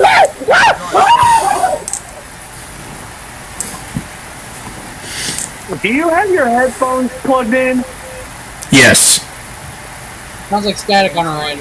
There's a lot of static coming from you. It's ear rape material. I don't know how to fix that. I genuinely don't. I need to know what to do like right now, otherwise I can't fix it. Try unplugging it. Nope, it's the room. Do you got a fan going in there? Yes, it's connected to the light. Shut that off. See if it improves anything.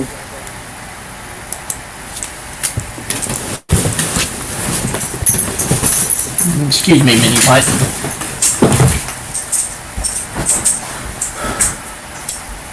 I hope I don't have to make it. I hope I didn't So deserve that. hard to listen.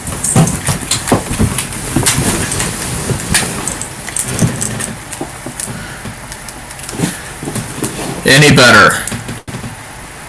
Nope. Because like I can't hear it, and I can't hear it. It's making me mad. Please just tell me how to fix it.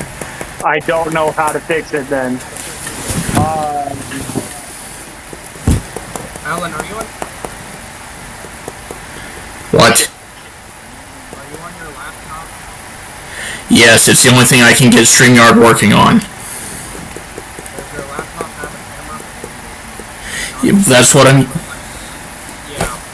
Stupid question. It should have a mic built in. Why don't you just use that?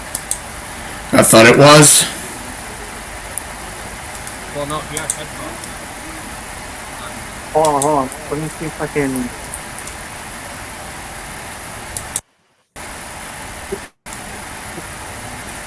How's that?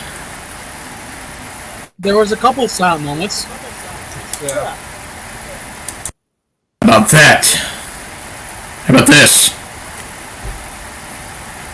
It's whatever you're clicking on is like making it like pause or something. I can't tell if it's fixed. I can't tell if anything's fixing. It's triggering my OCD. Please either tell me how to fix it or move on. Guess we're moving on because we're gonna be like it.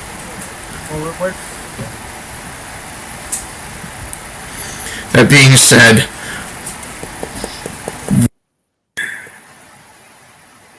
Oh, there we go. Static is lower now. Yeah. again, just moving on. I Watch, fixed watch. it. There. How'd you do that? If you click an icon on the screen and go to edit mic settings, literally all I did was hit echo cancellation. Oh. Oh. Ah. In any case, let's let everyone know why I'm here. He's here to What are we defend all his here honor. for? He's here to Hey. take both of them and kick ass. He's here to defend his honor. AKA, That's the question he's we're here to get his ass roasted. That's the question we're all asking ourselves. Though. Why are we all here? Shut up, Mr. Reverse Blue. All right. With a badge So- of honor, I love red versus blue. So here's my question. Who's going first? So first off, I want to be at least a little bit civil. Congratulations on the Commander Armada Prime. I'm glad you enjoy him so much. I'm glad you got yours after they got all discontinued and shit. Actually, that may not happen because it's still on stock in Hasbro Pulse. Like it was Just- out of stock and then it went back in stock. So Just being a little bit nice off the cuff because like we are actually friends, despite what it might seem sometimes.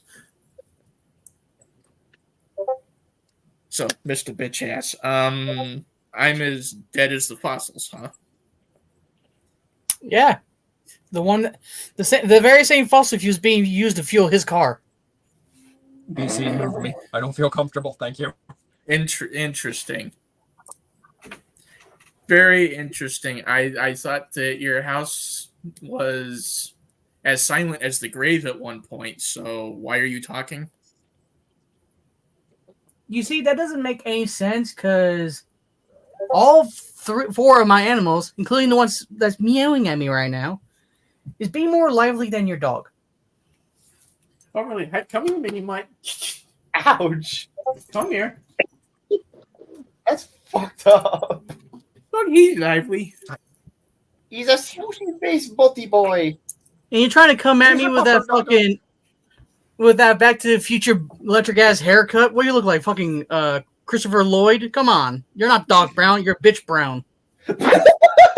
No. You better. He's shit brown.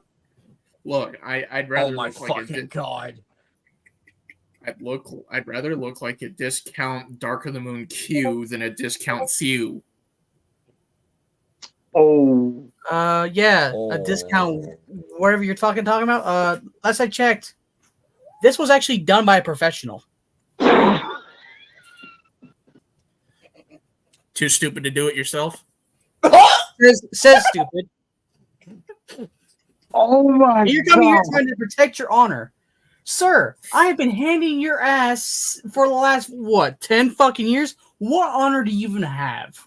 You got replaced by Woody. You got replaced by me.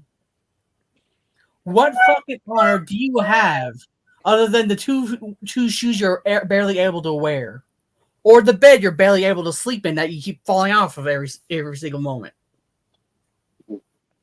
Oh, he's cooking him. Oh, he's cooking him. And now you think you have the audacity, the son cojones, come at me, bitch. Fucking, I'm Noah Diaz. You're the fucking bitch boy with arthritis in the back. Now sit your ass down, Tails, before I rip yours out of your socket and shove it down your throat. You might want to repeat that last bit because you cut out. What I said was now shut your fucking mouth, Tails, before I rip yours out and shove it down your throat. God. It's gonna give him another asshole to shit out of. Don't. I'm scared. Go on. My badge of honor, you kind of rusty roast master, is effective bitch. I am the outmode. That is my badge of honor. Therefore, I defend it with as much as I can. Stay outmoded and fuck off. Yeah, how about Weak. PC moved. that was extremely PC weak, moved me. even Switch- for switch someone who likes Pokemon. Like, PC dude, move me. Why? Just move me. I don't like this. you're not gonna get hit. This isn't this fucking Ocean Gate. This isn't the Splash Zone. Thank you. Any fucking way. No, but at least with BC, I'm safe. I BC mean, game. there's not much to be safe from. Alex's roaster doing as much to me as Splash does with Magikarp. More like your fucking Magikarp in this case. Right. Also, again, you come at me with Pokemon when you can't even face evolution. Savage. Tag out. Go. Unlike you, Magikarp is popular. Oh, he's going to swing it. Popular. Popular, but for the wrong reasons. Look, And Magikarp is popular for the right reasons. look. You can't polish a turd, okay? Get your Yeah, try. that's why you're going to be ugly for the rest of your life. God damn! I mean, you're no looker either. Like I said before, at least I can get bitches. I've had 2. How many of you had? More than that. Yeah. I So can testify. I met like 5 of them. So you finally learned to get the treasure and stop leading people to it? Oh. Now, if only you could get over being Prime's bitch, then you'd be perfect. Oh. You don't realize, even me being Prime's bitch, I'm still more popular than you. And all you're good for is getting kicked in the nuts. Which he has none. Exactly. Bean would beg to differ. You know what? I'm ending this. Tag out. Oh, BC's going in now. Oh god. Oh. Oh, All right, bitch God. boy, what you got for me?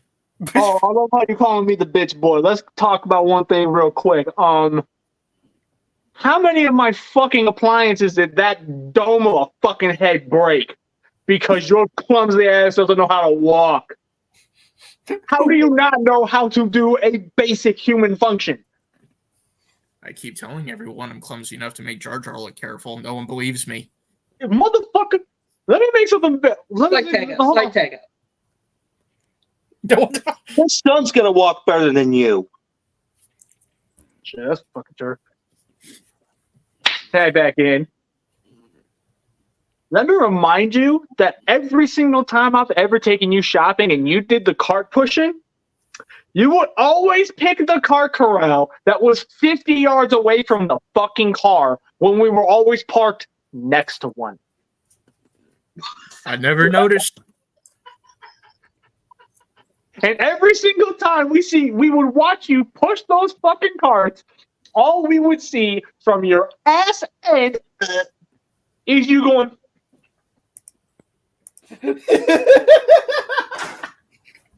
Speaking of my ass end, I apologize for I have sinned. I pooted. yeah, speaking of you pooting, And it's returned. speaking of you pooting, how many times has the hazmat crew had to come to the house? None. What? Absolutely none. Yeah, it's funny because buddy, Justin texted me. He very kindly asked me to tell you to fucking cork your ass. He could smell that shit from all the way in Kentucky.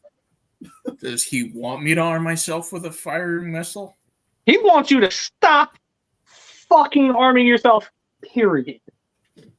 Ask Woody. It's not possible. Just like you giving him the hound. Well, let's not even get into the fact that this son of a bitch literally made a fucking laptop Scream. Live. on the air on the scrapyard. That was In awesome. the original 4 were here for it. I want to find that episode now. Yes, please tell me which episode. I will tell y'all later. So, with that being said, hey, Aladar, What the fuck was that noise? how goes unmasking yourself? Pretty good, actually. I feel like a resold vampire out of Buffy the Vampire Slayer. Really? Because you definitely didn't have that same energy. Like what? An hour ago? It fluctuates. It fluctuates. Bitch, your very existence is a fluctuation. Sometimes I wish you didn't exist. I am an anomaly. You aren't even an anomaly. You're just there. You are boring. You literally just exist to be a pain in everyone's ass. Jesus. You exist to be a shit stain on the very earth you were born on. Bitch, I'm the puppy. And don't even get me started on that shithead. So I love how you're sitting here talking about how you have to come in here and defend your honor. Bitch, I stole your honor the moment you started talking to me. Really? Because last I checked, I still had it. Ever conversation where it was between you and me was because you got your heart broken by a fucking chick. You posted some shit all over Facebook. What did I do? I chimed in and I told you you need to stop being a little bitch and start understanding that that life ain't gonna fucking revolve around your bitch ass. And you got all bent out of fucking shape with me. Not because I was being an asshole, but because I was right. And you don't like it, but you're wrong. I mean, to be fair, as wrong as that was for me to respond like that, that interaction gave me one of my best friends, so. And you're welcome for that. Love you, buddy. Don't be sitting there trying to get sweet on me. I'm still whooping your ass here. Really? Because my ass don't hurt for anything. You must be weaker than vegetarians. Still put up That's the more one who fight came than with you a have. fly. Okay, all right. So, remind me again where you got those scars on your wrist? Ooh. Oh, you mean that one? Oh God. And that one, and that one, and that one, and that one. And that one. Listen, semicolon. Before you start thinking that you got the gall and the balls to step into this ring with me, understand that you can barely fucking stand on your own 2 feet. Some people have 2 left feet. I don't know what the fuck you got that down there, but clearly they don't fucking work. I have wheels. I think he walks with the assistance of his own farts, like jet propulsion. No, see, no. I am 1,000% convinced he was born half penguin. Because this motherfucker, when he walks, he doesn't walk, he waddles.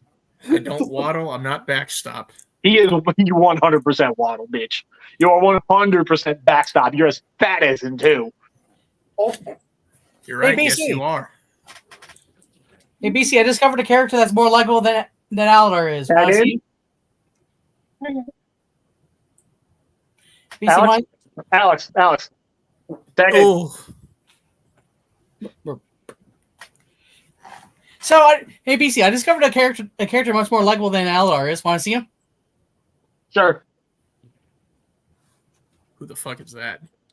who is that? It's Mineta from My Hero Academia.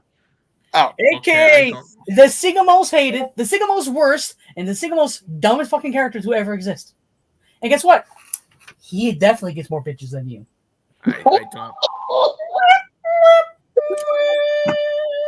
I don't watch My Hero Academia, so that's a little lost on me. That's good. It don't matter if it's lost on you. If it's not lost on everybody else, it counts. I'm just saying, like, I'm not feeling the burn from that one because I don't get it. That's okay because you're never going to be anyone else's hero. Watch My Hero. It's really good. Oh. Because see, it's My Hero Academia.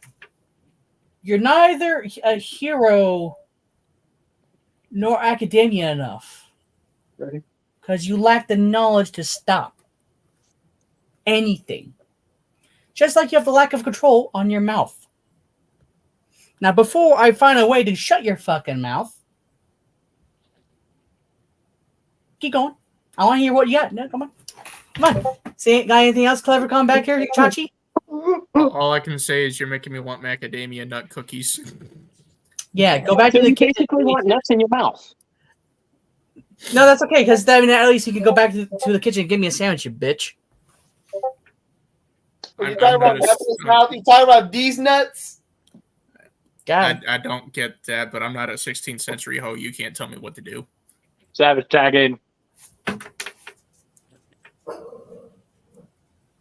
So, you know, everybody here knows the anime Naruto, right? I know of it. Yeah. The Uchiha assassinations, the whatever that was called. Okay, yeah. That thing Itachi chose to do because, it was for a reason. Yeah, that reason was because he got one look at your ugly ass.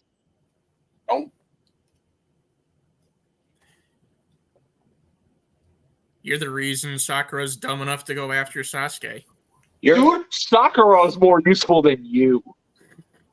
And she's ass in everything. Boy, you're the reason Naruto doesn't have parents. Oh, Jesus Nah, Christ. son. You're the reason why Sasuke is edgy as fuck. Really? I thought You're the that was reason why because Sasuke can't beat anybody without help. I thought that was because he was a whiny little bitch. That's exactly what you are. So, love how you came here to defend your honor. Bitch, I'm using an anime that I don't even like, and yet I have specific facts that I am twisting around to whip your ass. I mean, at least I'm not overly invested in a hunt for a dragon's testicles. Hey, guess what? Those dragon's testicles still have more relevance than you do. Yeah, because the fan base won't let it fucking die with its overratedness. Yeah, just like how you won't let gimmicks die because you're a fucking child. BC, it's okay. The little babies want to go back to his crib and play with his rattle. And no, Are we it's not the talking thing about before you fun? left. You want to go back to your quibby wibby? So are we talking about the fact that I actually know what it's like to have fun with something, or are we talking about the rattling in your head? Oh, Rattling in whose head, This is bitch? all- The only time we ever hear a rattle is when you start moving. Fun, right? Mm. This is feeling like borderline. I thought hostile. I like how we know you're masochistic because you keep coming back. Yeah, the fact, like, you're not even That's a the bottom masochist. line You're just here. stupid. You're not even stupid. You're just a lost puppy. You could get friends that will never make fun of you. But if you actually genuinely tried, you know damn well that as a lost puppy, you just come right back to us. Like, you ain't even on the leash. You have your freedom. You just choose not to go. I mean, I took an oath, didn't I? Yeah, and oath that you stamped into the ground how many fucking times? None that I'm currently aware of. Currently. Hey, Savage, you want to remind him of one of them? It's a bit of a hot shot on that one. So what you're not.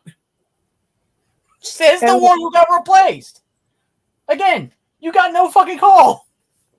That being said, let's also not forget the fact that he took the word of a man that he never knew over the word of somebody who always had his best interests in mind.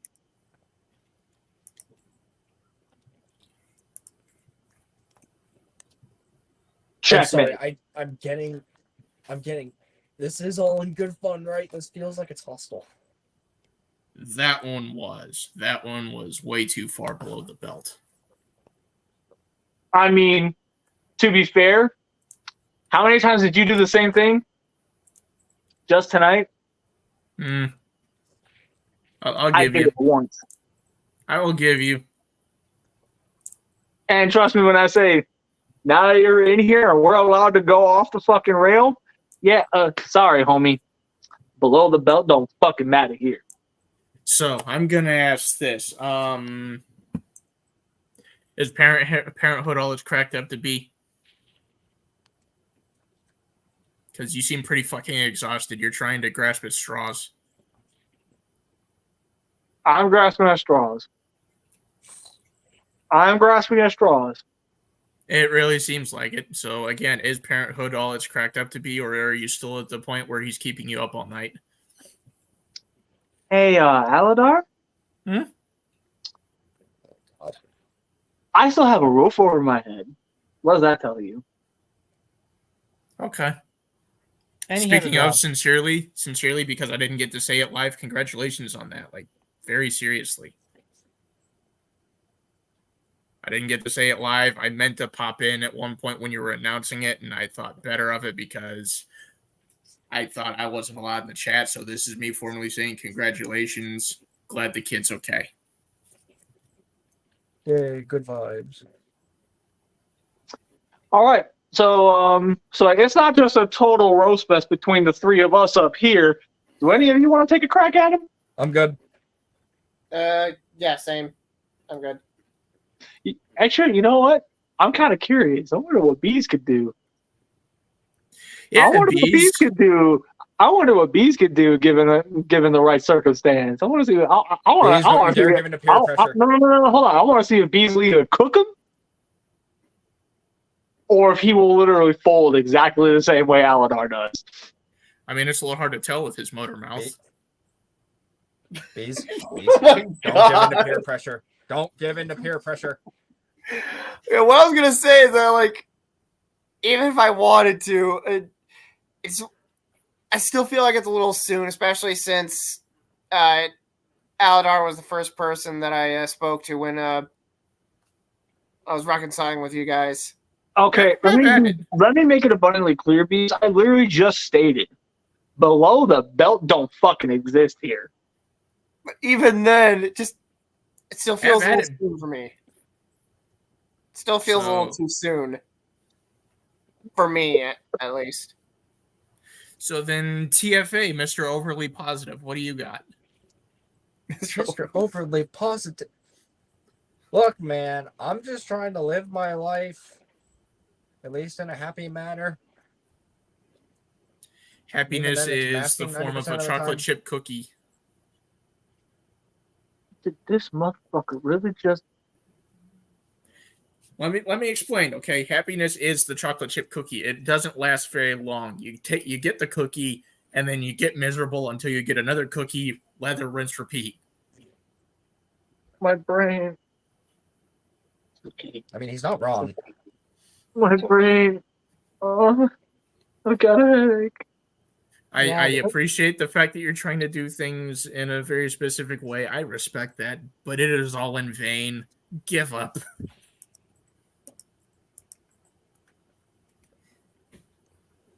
I mean, if I really wanted to,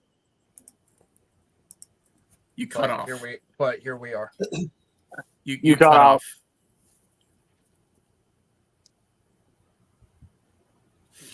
As for you, I don't know why you're here. Me? Oh, Then again, I felt like I should try to defend myself. Clearly, it's not going the way I hoped, but fuck it, I tried. Oh, so we can finally kick you out and end the show, right? We can all go home to bed. Yes, quickly before we both fart at the same time and accidentally open a black hole. Oh, what are you talking about? I already just did. All Alan has to do is bend over and spread his cheeks. There's your black hole. Oh. Seriously, jokes aside, but TFA. it is. TFA, being serious, I'm glad you're trying to do things better for your mental health. I honestly do respect that. And I'm glad you're still here and we're all friends because, like, no better way to live life, right? I mean, you could pull my finger, but then everybody will be on your ass about it. Don't you fucking dare. I would rather Now, you buy see- me a gift. I would rather you buy me a motherfucking gift than pull that finger. Now, Don't see, you here's dare. a better question. Would that end all lives or just the lives who pull the finger? Because I'm looking for an easy way out here. Jesus. It's like the Infinity Gauntlet. You pull my finger and half humanity goes away. There you go. Am I or am I not included? Can't say for sure. You'd have to pull it and find out. Yeah, I'm good. Don't pull it. Do not pull it. Don't Yeah, I'm you good. fucking dare. It'll be a Mortal Kombat fatality for everybody in the world. Don't I do said it. I'm good. Yeah, but then you would have to guide him to a treasure that you can't possess. I mean, he is the Rob Skull. By the way, don't take any of that stuff what I was saying seriously. I'm just fucking around. Oh, I get know. it. Oh, we know. We know. We know. We can tell you when you're serious. All right. Okay, good. Well, Aladar, I hope you had fun. Excuse you? Disrespect.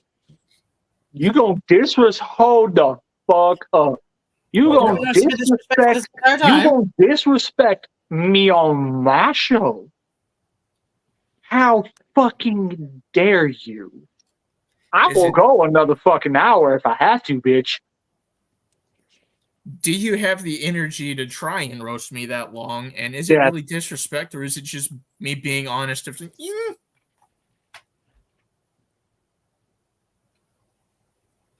Scrapyard is supposed to be a fun place. You're going like this is blatant disrespect.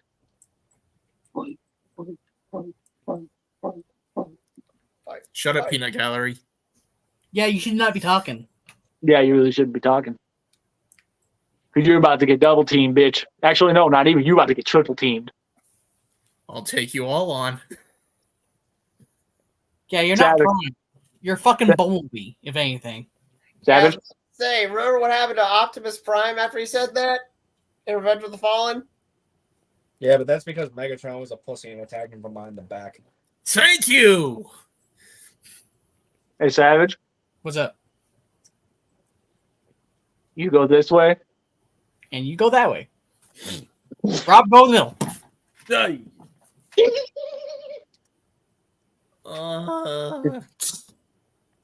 And just like that, he's done. He's gone. Bye, And Andy. Have a Alright. nice night. That being said, all right, guys. I'm gonna do my Godzilla hot take real quick, and then we'll get out of here. You mean we can go see our families? you have a family? So, anyways, my I don't know, Godzilla, honestly, I've been asking that myself. my Godzilla hot take. Yeah, hate to break it to everybody, but for those who are actually Godzilla fans, Final Wars will and always will stomp the ever-loving shit out of Legendary if they ever went toe-to-toe. There is no contest there. Final Wars will fucking annihilate him. As awesome as it is to see Legendary on screen, we all know in our mind's eye and our hearts, if that was Final Wars, those Mutos would not have even touched him. King Ghidorah would have been roasted within the first 5 minutes of the film. Rodan would have been ragdolled. Kong, You would have been would be like his parents, a Rodan. skeleton in the ground. Rodan would have been Kentucky Fried Chicken. And again, that's bearing in mind, those of us who watch Final Wars, y'all know what I'm talking about. I've not watched it. Where can you Educate watch it? yourself. Where can we watch know it? much. I don't know much of Godzilla other than giant lizard and monsters and If I Kumanga. find a way to watch the film other than using a DVD, I'll let you guys know. But for the sake of my hot take, Final Wars will always be Legendary in a good old-fashioned brawl. If there's no contest, I'm sorry. Final Wars is literally taking beatings left and right and shrugging them all off. All of Legendary Goji's durability feats were all plot armor. I've been BC. I'm fucking up. You're forgetting he's right Wait, there. wait. Not hot take. Oh. Let's- Gee, Beatsy, what are we going to talk about next weekend? Let him talk. Wait, do you mean I get to? Okay. GBC, what do we got to talk about next week?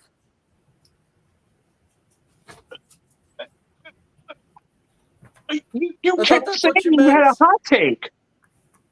No, I was literally gonna ask what we're gonna do next week because you just cut to the outro. Yeah, this Sorry, leads into Savage. an announcement I need to make. There will be no next week. Just like how there will be no week after. Oh. So everyone should be prepared to do 3-figure appreciations in 2 weeks. Okay. Or technically 3 weeks. Y'all get what I'm trying to say. Basically, the first 2 weeks of October, I'm working mandatory overtime. So, neither me nor fucking Rob will be available. And I'm sorry. I know you guys love this show. But it's going to be too much for me during those 2 weeks. At that point, it's asking way too much of me, especially since I have to work Saturday morning as well. Yes, Savage. Howsoever, while the Scrapyard takes a break, may I suggest an alternative? Depends. How many A's does this alternative have? 1, 2, 3, funny enough. That's right. If you guys need yourself an immediate dose of the Scrapyard, but can't have the Scrapyard, tune in to AAA, hosted by the Me. Savage. The AAA at this point. And yes, by all intents and purposes, it is a great show to be on. You have DC's word on that one.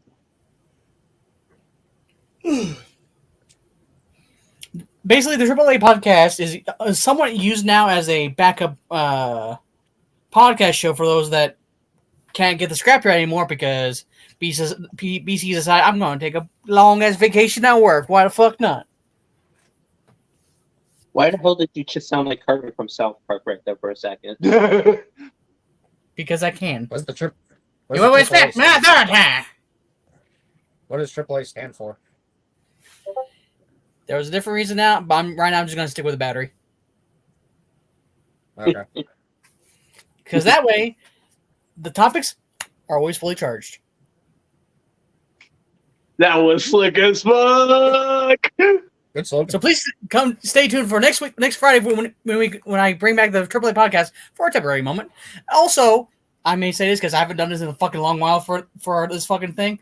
If you guys enjoyed this topic, last topic, or the upcoming topic with the AAA podcast, please consider joining us in the community server down below, the Scrapyard community on Discord. There will be a link of which down in the description down below, maybe, or in the comment section. Okay, now who's going to ask the question?